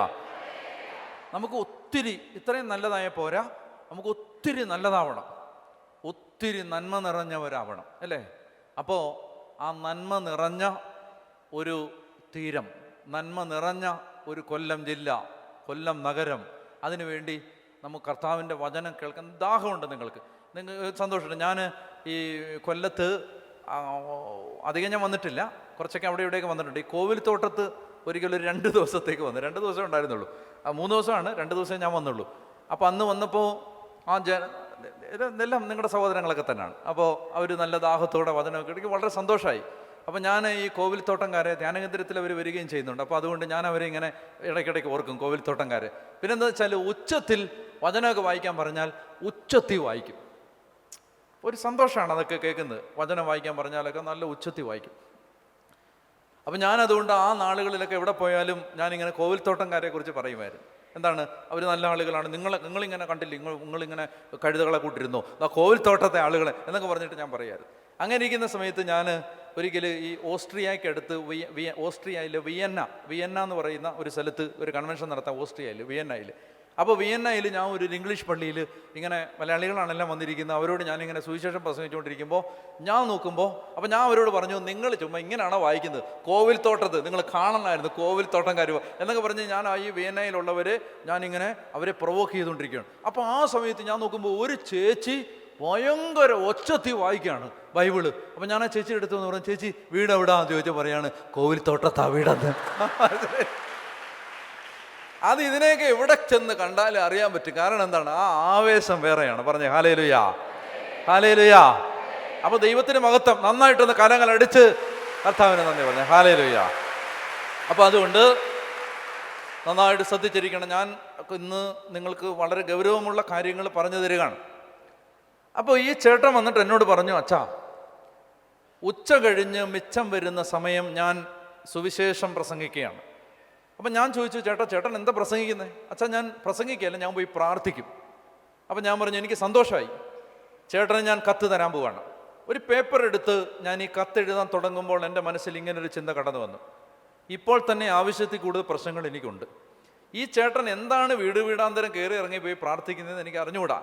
ഈ ചേട്ടൻ എന്തെങ്കിലും അബദ്ധം വീടുകളിൽ ചെന്ന് പറഞ്ഞാൽ ഇയാൾ ഈ കത്തെടുത്ത് കാണിക്കുമ്പോൾ എൻ്റെ പേരും ഒപ്പുമാണ് അടി കിടക്കുന്നത്. ഇയാൾ പറയുന്ന സകലതിനും പിന്നീട് ഞാൻ ഉത്തരവാദിത്വം പറയേണ്ടി വരും എന്ന് ആലോചിച്ചപ്പോൾ ഞാൻ പേനയുടെ ക്യാപ്പിട്ടിട്ട് ഞാൻ ആ ചേട്ടനോട് പറഞ്ഞു, ചേട്ടൻ എന്താണ് പറയുന്നത്, എന്താണ് പ്രാർത്ഥിക്കുന്നത് എന്നറിയാതെ ഞാൻ എങ്ങനെയാണ് ഈ കത്ത് തരുന്നത്? അതുകൊണ്ട് ഇപ്പോൾ ചേട്ടൻ ഈ വീട്ടിൽ വന്നതാണെന്ന് വിചാരിക്കുക. ഉദാഹരണമായി ഞാനൊരു കുടുംബനാഥനാണ്, ഇതെൻ്റെ വീടാണ്, ചേട്ടൻ ഇവിടെ പ്രാർത്ഥിക്കാൻ വന്നതാണ്. അപ്പോൾ ചേട്ടൻ എങ്ങനെ പ്രാർത്ഥിക്കും? ചേട്ടൻ ആ വീട്ടിൽ വരുമ്പോൾ എന്തൊക്കെ പറയും, എന്തൊക്കെ ചെയ്യും എന്നോട് പറയാൻ പറഞ്ഞു. അപ്പോൾ ഈ ചേട്ടൻ പറഞ്ഞു, അച്ഛാ ഞാനിങ്ങനെ ഈ വീട്ടിലേക്ക് വന്നിരിക്കുകയാണ്, ഞാനിങ്ങനെ പ്രാർത്ഥിക്കാൻ വരുന്ന ഒരാളാണ്, ഞാൻ കത്തോലിക്ക സഭയിൽപ്പെട്ട ആളാണ്, ഡാനിയൽ അച്ഛനാണ് എൻ്റെ വികാരി അച്ഛൻ. അപ്പം ഞാൻ വിചാരിച്ച പോലെയൊക്കെ തന്നെ. അപ്പോൾ എന്നിട്ട് അദ്ദേഹം പറയുകയാണ്, ഞാൻ നിങ്ങൾക്ക് വേണ്ടി പ്രാർത്ഥിക്കാൻ പോകണമെന്ന് പറഞ്ഞിട്ട് അദ്ദേഹം എന്നോട് പറഞ്ഞു, പ്രാർത്ഥിക്കാൻ പോവാണ്, അച്ഛന് മനസ്സിലായില്ലേ, എഴുന്നേറ്റിരിക്കാൻ പറഞ്ഞു. ഇരിക്കുകയാണോ? എഴുന്നേറ്റിരിക്കാൻ പറഞ്ഞു. അപ്പോൾ എന്നെ എഴുന്നേൽപ്പിച്ച് നിർത്തിയിട്ട് ഈ ചേട്ടൻ പ്രാർത്ഥിക്കാൻ തുടങ്ങി.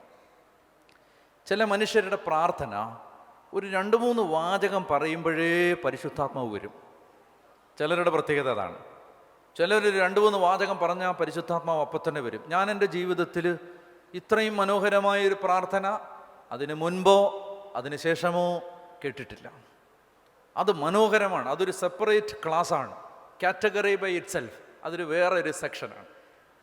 അപ്പോൾ ഒരു അസാധാരണമായ പ്രാർത്ഥന, എൻ്റെ കണ്ണൊക്കെ നിറഞ്ഞ് എൻ്റെ ഹൃദയം ഉരുകി ഈ ചേട്ടൻ പ്രാർത്ഥിക്കുകയാണ്. എനിക്ക് വേണ്ടി, എൻ്റെ മാതാപിതാക്കന്മാർക്ക് വേണ്ടി, എൻ്റെ ശുശ്രൂഷകൾക്ക് വേണ്ടി, എൻ്റെ ദൈവജനത്തിന് വേണ്ടി, എൻ്റെ യാത്രകൾക്ക് വേണ്ടി എല്ലാം ഈ ചേട്ടൻ ഇങ്ങനെ പ്രാർത്ഥിച്ചിട്ട് ഒടുവിൽ അദ്ദേഹം പറഞ്ഞ വാക്കുകൾ അതുപോലെ പരാവർത്തനം ചെയ്യാനോ അതുപോലെ നിങ്ങളോട് പറയാനോ എനിക്ക് അറിഞ്ഞുകൂടായെങ്കിലും പറഞ്ഞതിന് ഏതാണ്ട് എൻ്റേതായ ഒരു രീതി ഞാൻ പറയുകയാണ്. അദ്ദേഹം പ്രാർത്ഥിക്കുകയാണ്, കർത്താവേ, ഈ പാവപ്പെട്ടവൻ ഇവിടം വിട്ട് പോവുകയാണ്, ഈ പാവപ്പെട്ടവൻ ഇവിടെ പ്രാർത്ഥിച്ചിട്ടിറങ്ങുകയാണ്.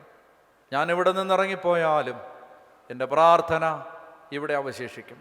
കാരണം ശബ്ദം നശിക്കുന്നില്ല, ശബ്ദം ഇല്ലാതാകുന്നില്ല. ശബ്ദതരംഗങ്ങളായി ഈ അന്തരീക്ഷത്തിൽ കിടക്കും. ദൈവമായ കർത്താവെ, ഞാൻ പ്രാർത്ഥിച്ച പ്രാർത്ഥനയുടെ ശബ്ദതരംഗങ്ങളായി ഈ അന്തരീക്ഷത്തിൽ കിടന്ന് അങ്ങയുടെ 2ാം വരവോളവും ഈ ദാസനു വേണ്ടി ഞാൻ പ്രാർത്ഥിച്ച പ്രാർത്ഥനയുടെ ഈ ശബ്ദം ഈ അന്തരീക്ഷത്തിൽ കിടന്ന് പ്രാർത്ഥിക്കണമേ എന്ന് പറഞ്ഞ് കണ്ണു നിറഞ്ഞ് ഈ മനുഷ്യൻ പ്രാർത്ഥന അവസാനിപ്പിച്ചപ്പോൾ ഞാൻ ഇങ്ങനെ ചിന്തിക്കുകയാണ്, ദൈവമേ, ശുദ്ധമായ ശാസ്ത്രമാണ് ഇയാൾ പറയുന്നത്. എന്താണ് ഇയാൾ പറയുന്നത്? ശബ്ദം ഇല്ലാതാകുന്നില്ല, ശബ്ദം നശിക്കുന്നില്ല, ശബ്ദതരംഗങ്ങളായി ഈ അന്തരീക്ഷത്തിൽ അവശേഷിക്കും. അതായത് ഈ ലോകമുള്ള കാലത്തോളം നാം ഉച്ചരിച്ച ശബ്ദം ഈ അന്തരീക്ഷത്തിൽ കിടക്കുമെന്ന്. കെട്ട വാക്കുകൾ പറഞ്ഞാൽ ആ കെട്ട വാക്കുകൾ നിങ്ങളുടെ അന്തരീക്ഷത്തിലുണ്ടാവും. നല്ല വാക്കുകൾ പറഞ്ഞാൽ ആ നല്ല വാക്കുകൾ നിങ്ങളുടെ അന്തരീക്ഷത്തിലുണ്ടാവും. വീട്ടിലിരുന്നൊരു കുടുംബനാഥയോ ഒരു ചേട്ടനോ ചേച്ചിയോ ഒരു ചെറുപ്പക്കാരനോ കുഞ്ഞോ തിരുവചനമെടുത്ത് ബൈബിൾ ഉച്ചത്തിൽ വായിക്കുമ്പോൾ നിങ്ങളുടെ വീടിൻ്റെ കൂരയ്ക്ക് കീഴിൽ, നിങ്ങളുടെ വീട്ടുമുറ്റത്ത്, നിങ്ങളുടെ വീടിൻ്റെ പിന്നാമ്പുറത്ത്, നിങ്ങളുടെ വീടിൻ്റെ 4 അതിർത്തികളിൽ നിങ്ങൾ വായിച്ച തിരുവചനം ശബ്ദതരംഗങ്ങളായി കർത്താവിൻ്റെ 2ാം വരവ് വരെയും നിങ്ങളുടെ അന്തരീക്ഷത്തിലുണ്ടാവും. പറഞ്ഞേ ഹല്ലേലൂയാ. നിങ്ങൾ മനസ്സിലാക്കേണ്ടത്, അതുകൊണ്ട് ശബ്ദം ഇല്ലാതാകില്ല. അതുകൊണ്ട് നിങ്ങൾ ഒരു ദേശത്ത് താമസിക്കുമ്പോൾ ആ ദേശത്തെ അന്ധകാരം മാറണമെന്ന് നിങ്ങൾ ആഗ്രഹിക്കുന്നെങ്കിൽ വീടുകളിൽ ഉച്ചത്തിൽ തിരുവചനം വായിക്കണം. ഓഡിയോ ബൈബിൾ ഉണ്ട്, മൊബൈലിൽ ഓഡിയോ ബൈബിളിൻ്റെ ആപ്ലിക്കേഷൻ ഉണ്ട്. അത് ഐഫോൺ ഉപയോഗിച്ചാലും ആൻഡ്രോയിഡ് ഫോൺ ഉപയോഗിച്ചാലും ഈ 2 പ്ലാറ്റ്ഫോമുകളിലും ഓഡിയോ ബൈബിൾ ലഭ്യമാണ്. മൈക്കിൾ പനച്ചികലച്ചൻ വായിക്കുന്ന ഓഡിയോ ബൈബിള് ലഭ്യമാണ്, POCയുടെ ഓഡിയോ ബൈബിള് ലഭ്യമാണ്. ഇത് ഉണ്ട്. അതെന്ത് ചെയ്യുക? മൊബൈലുണ്ടല്ലോ വീട്ടിൽ, മൊബൈലിൽ അത് ഓൺ ചെയ്ത് അടുക്കള ജോലി ചെയ്യുമ്പോഴൊക്കെ തിരുവചനം കേട്ടുകൊണ്ട്, വചനം കേട്ടുകൊണ്ട്, തിരുവചനം കേട്ടുകൊണ്ട് നിങ്ങൾ നിങ്ങളുടെ ജോലി തുടർന്നാൽ അവിടെ ദൈവത്തിൻ്റെ സാന്നിധ്യം വെളിപ്പെടും. ഹല്ലേലൂയാ. അപ്പോൾ ഒന്ന്, നമ്മൾ താമസിക്കുന്ന സ്ഥലങ്ങളിലുള്ള ദുരാത്മാക്കൾ വിട്ടുപോകാൻ ഒന്ന് ഉച്ചത്തിൽ വചനം വായിക്കണം. രണ്ടാമത്തേത്, ഉച്ചത്തിലിരുന്ന് പ്രാർത്ഥിക്കണം. വീടുകളിലിരുന്ന് ഉച്ചത്തിൽ പ്രാർത്ഥിക്കണം. രാവിലെയും വൈകിട്ടും സാധിക്കുമെങ്കിൽ പ്രാർത്ഥിക്കണം. ഉച്ചത്തിൽ പ്രാർത്ഥിക്കണം. 5 മിനിറ്റേ പ്രാർത്ഥിച്ചുള്ളെങ്കിൽ ഉച്ചത്തിൽ, കർത്താവായ യേശുവേ, എൻ്റെ വീടിനെയും എൻ്റെ വീടിൻ്റെ 4 അതിരുകളെയും, എൻ്റെ വീടിൻ്റെ അതിർത്തികളെയും, എൻ്റെ വീട്ടിലെ മുറികളെയും ഉപകരണങ്ങളെയും ഉപയോഗ വസ്തുക്കളെയും, എൻ്റെ വരുമാന മാർഗങ്ങളെയും വളർത്തുമൃഗങ്ങളെയും, എൻ്റെ ബോട്ടിനെയും എൻ്റെ വഞ്ചിയെയും, ദൈവമേ എൻ്റെ കടയെയും എൻ്റെ ജോലിയെയും എൻ്റെ പഠന മേഖലകളെയും പാഠപുസ്തകങ്ങളെയും എല്ലാം കർത്താവെ നിനക്ക് സമർപ്പിക്കുന്നു. കർത്താവ് ഇവിടെ വാഴണമേ. ദൈവമേ ഞങ്ങളുടെ വീട്ടിൽ അങ്ങ് വാസം ഉറപ്പിക്കണമേ. ഞങ്ങളുടെ നാഥനായിരിക്കണമേ. ഞങ്ങളുടെ നായകനായി ഞങ്ങളെ വഴി നടത്തണമേ. അങ്ങയുടെ പരിശുദ്ധാത്മാവ് ഞങ്ങളുടെ കൂടെ ഉണ്ടാവണമേ. ഞങ്ങളെ അങ്ങയുടെ സ്നേഹം കൊണ്ട് നിറയ്ക്കണമേ. ഈ വീട്ടിൽ തിന്മ കയറാൻ അങ്ങ് അനുവദിക്കരുത്. അങ്ങയുടെ ദൂതന്മാരെ കാവൽ നിർത്തണമേ. നീ നിന്റെ നാവ് കൊണ്ട് ഉച്ചരിച്ചാൽ ഈ പ്രാർത്ഥന അന്തരീക്ഷത്തിൽ കടന്ന് നിന്റെ തലമുറയെ കൊത്തിയെടുത്ത് പായാൻ കാത്തു നിൽക്കുന്ന കഴുകന്മാരെ ആട്ടിയോടിക്കും എന്ന് ഞാൻ നിങ്ങളോട് പറയുന്നു. ഹല്ലേലൂയാ, ഹല്ലേലൂയാ. പ്രാർത്ഥിക്കണം. വീടുകളിലിരുന്ന് ചേച്ചിമാരെ ചേട്ടന്മാരെ ഉച്ചത്തിൽ പ്രാർത്ഥിക്കണം. രാവിലെയും വൈകിട്ടും നിങ്ങളുടെ കുടുംബങ്ങളിൽ പ്രാർത്ഥന ഉണ്ടാവണം. ഇനി രാവിലെ ഒരു നിവൃത്തിയും ഇല്ലെങ്കിൽ വൈകുന്നേരങ്ങളിൽ നിർബന്ധമായും നിങ്ങളുടെ കുടുംബങ്ങളിൽ പ്രാർത്ഥനയുണ്ടാവണം. ചെയ്യുമോ? വീട്ടിൽ പ്രാർത്ഥിക്കണം. അതിന് ഒരു വിട്ടുവീഴ്ചയും ചെയ്യരുത്. അല്ലാതെ വൈകുന്നേരം 5 മണി മുതൽ രാവിലെ 5 മുതൽ രാത്രി 12 വരെ TV ഇങ്ങനെ ഓൺ ചെയ്ത് കണ്ടിന്യൂസ് ആയിട്ട് ഇട്ടുകൊണ്ടിരുന്നാൽ TV-യിൽ വിളമ്പുന്ന സകല അന്ധകാരത്തിൻ്റെയും സകല ശബ്ദ തരംഗങ്ങളും വീട്ടിലിങ്ങനെ കിടക്കും. മനസ്സിലാവുന്നുണ്ടോ ഞാൻ പറയുന്നത്? അപ്പം അതുകൊണ്ട് അത് ശ്രദ്ധിക്കണം. അതുകൊണ്ട് നമ്മൾ ഈ ദേശത്ത് ഇത്തരം തിന്മകളുണ്ട്. അതുകൊണ്ട് യേശു തൻ്റെ ശിഷ്യന്മാരെ ഈ ദേശത്തിലേക്ക് അയച്ചപ്പോൾ അവിടുന്ന് പറഞ്ഞു, ഞാൻ നിങ്ങൾക്ക് പിശാചുക്കളുടെ മേൽ അധികാരം തരികയാണ്. അതുകൊണ്ട് എന്താണ് ഞാൻ പറയട്ടെ, വാടി. നിങ്ങൾ കൂടുതൽ പേരും വാടി എന്നുള്ളവരാണെന്ന് ഞാൻ വിചാരിക്കുന്നു, അല്ലേ? നിങ്ങൾ വാടിയവരല്ല, വാടിക്കാരാണ്. അപ്പം ഞാൻ നിങ്ങളോട് ചോദിക്കണേ, ഈ വാടിയിലുള്ള നിങ്ങൾ ഈ ദേശത്ത് കർത്താവിൻ്റെ സാന്നിധ്യം നിറയാൻ ഈ ദേശത്ത് നിങ്ങൾ ദൈവത്തെ വിളിച്ച് ആരാധിക്കുകയും വചനമുച്ചത്തിൽ വായിക്കുകയും ചെയ്യണം. അപ്പോൾ വാടി നിങ്ങൾക്ക് യേശുവിന് വേണ്ടി നേടിയെടുക്കാൻ പറ്റില്ലേ?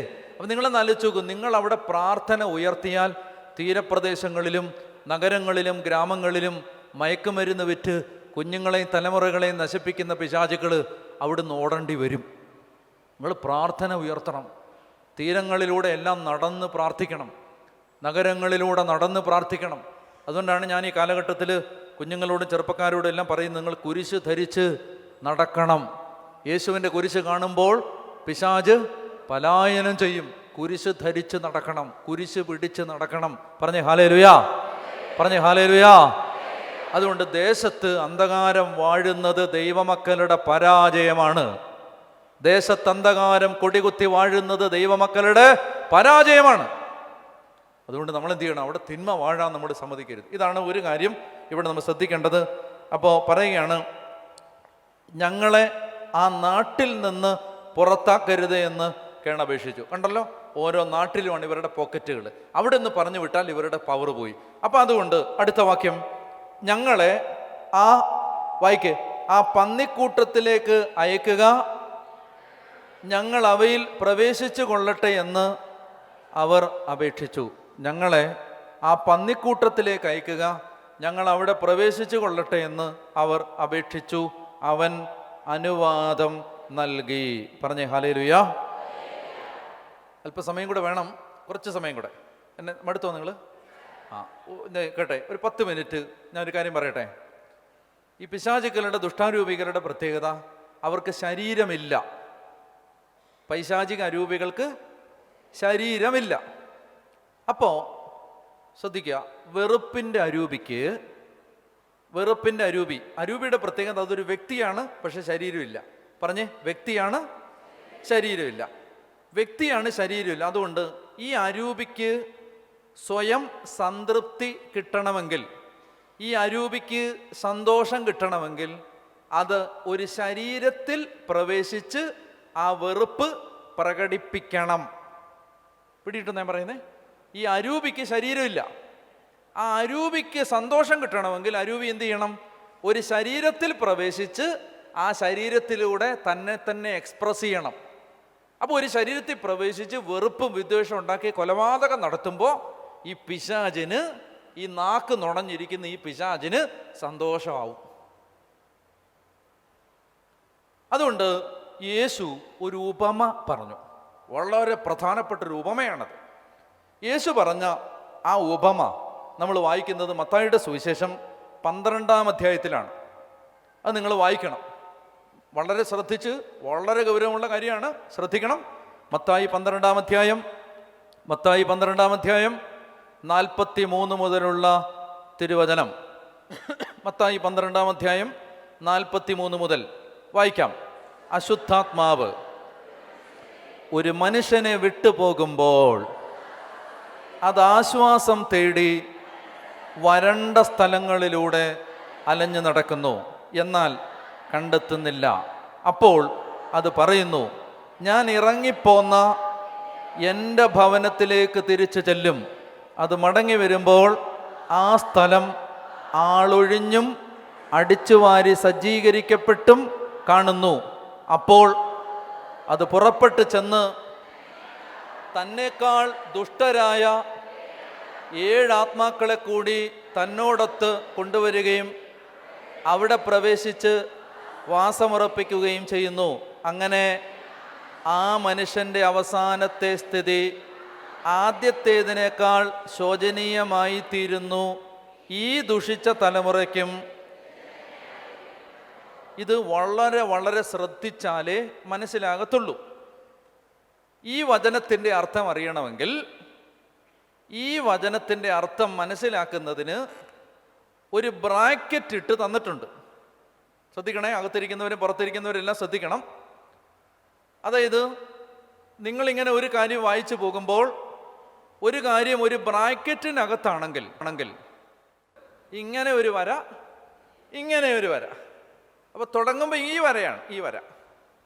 തീരുമ്പോൾ ഈ വര.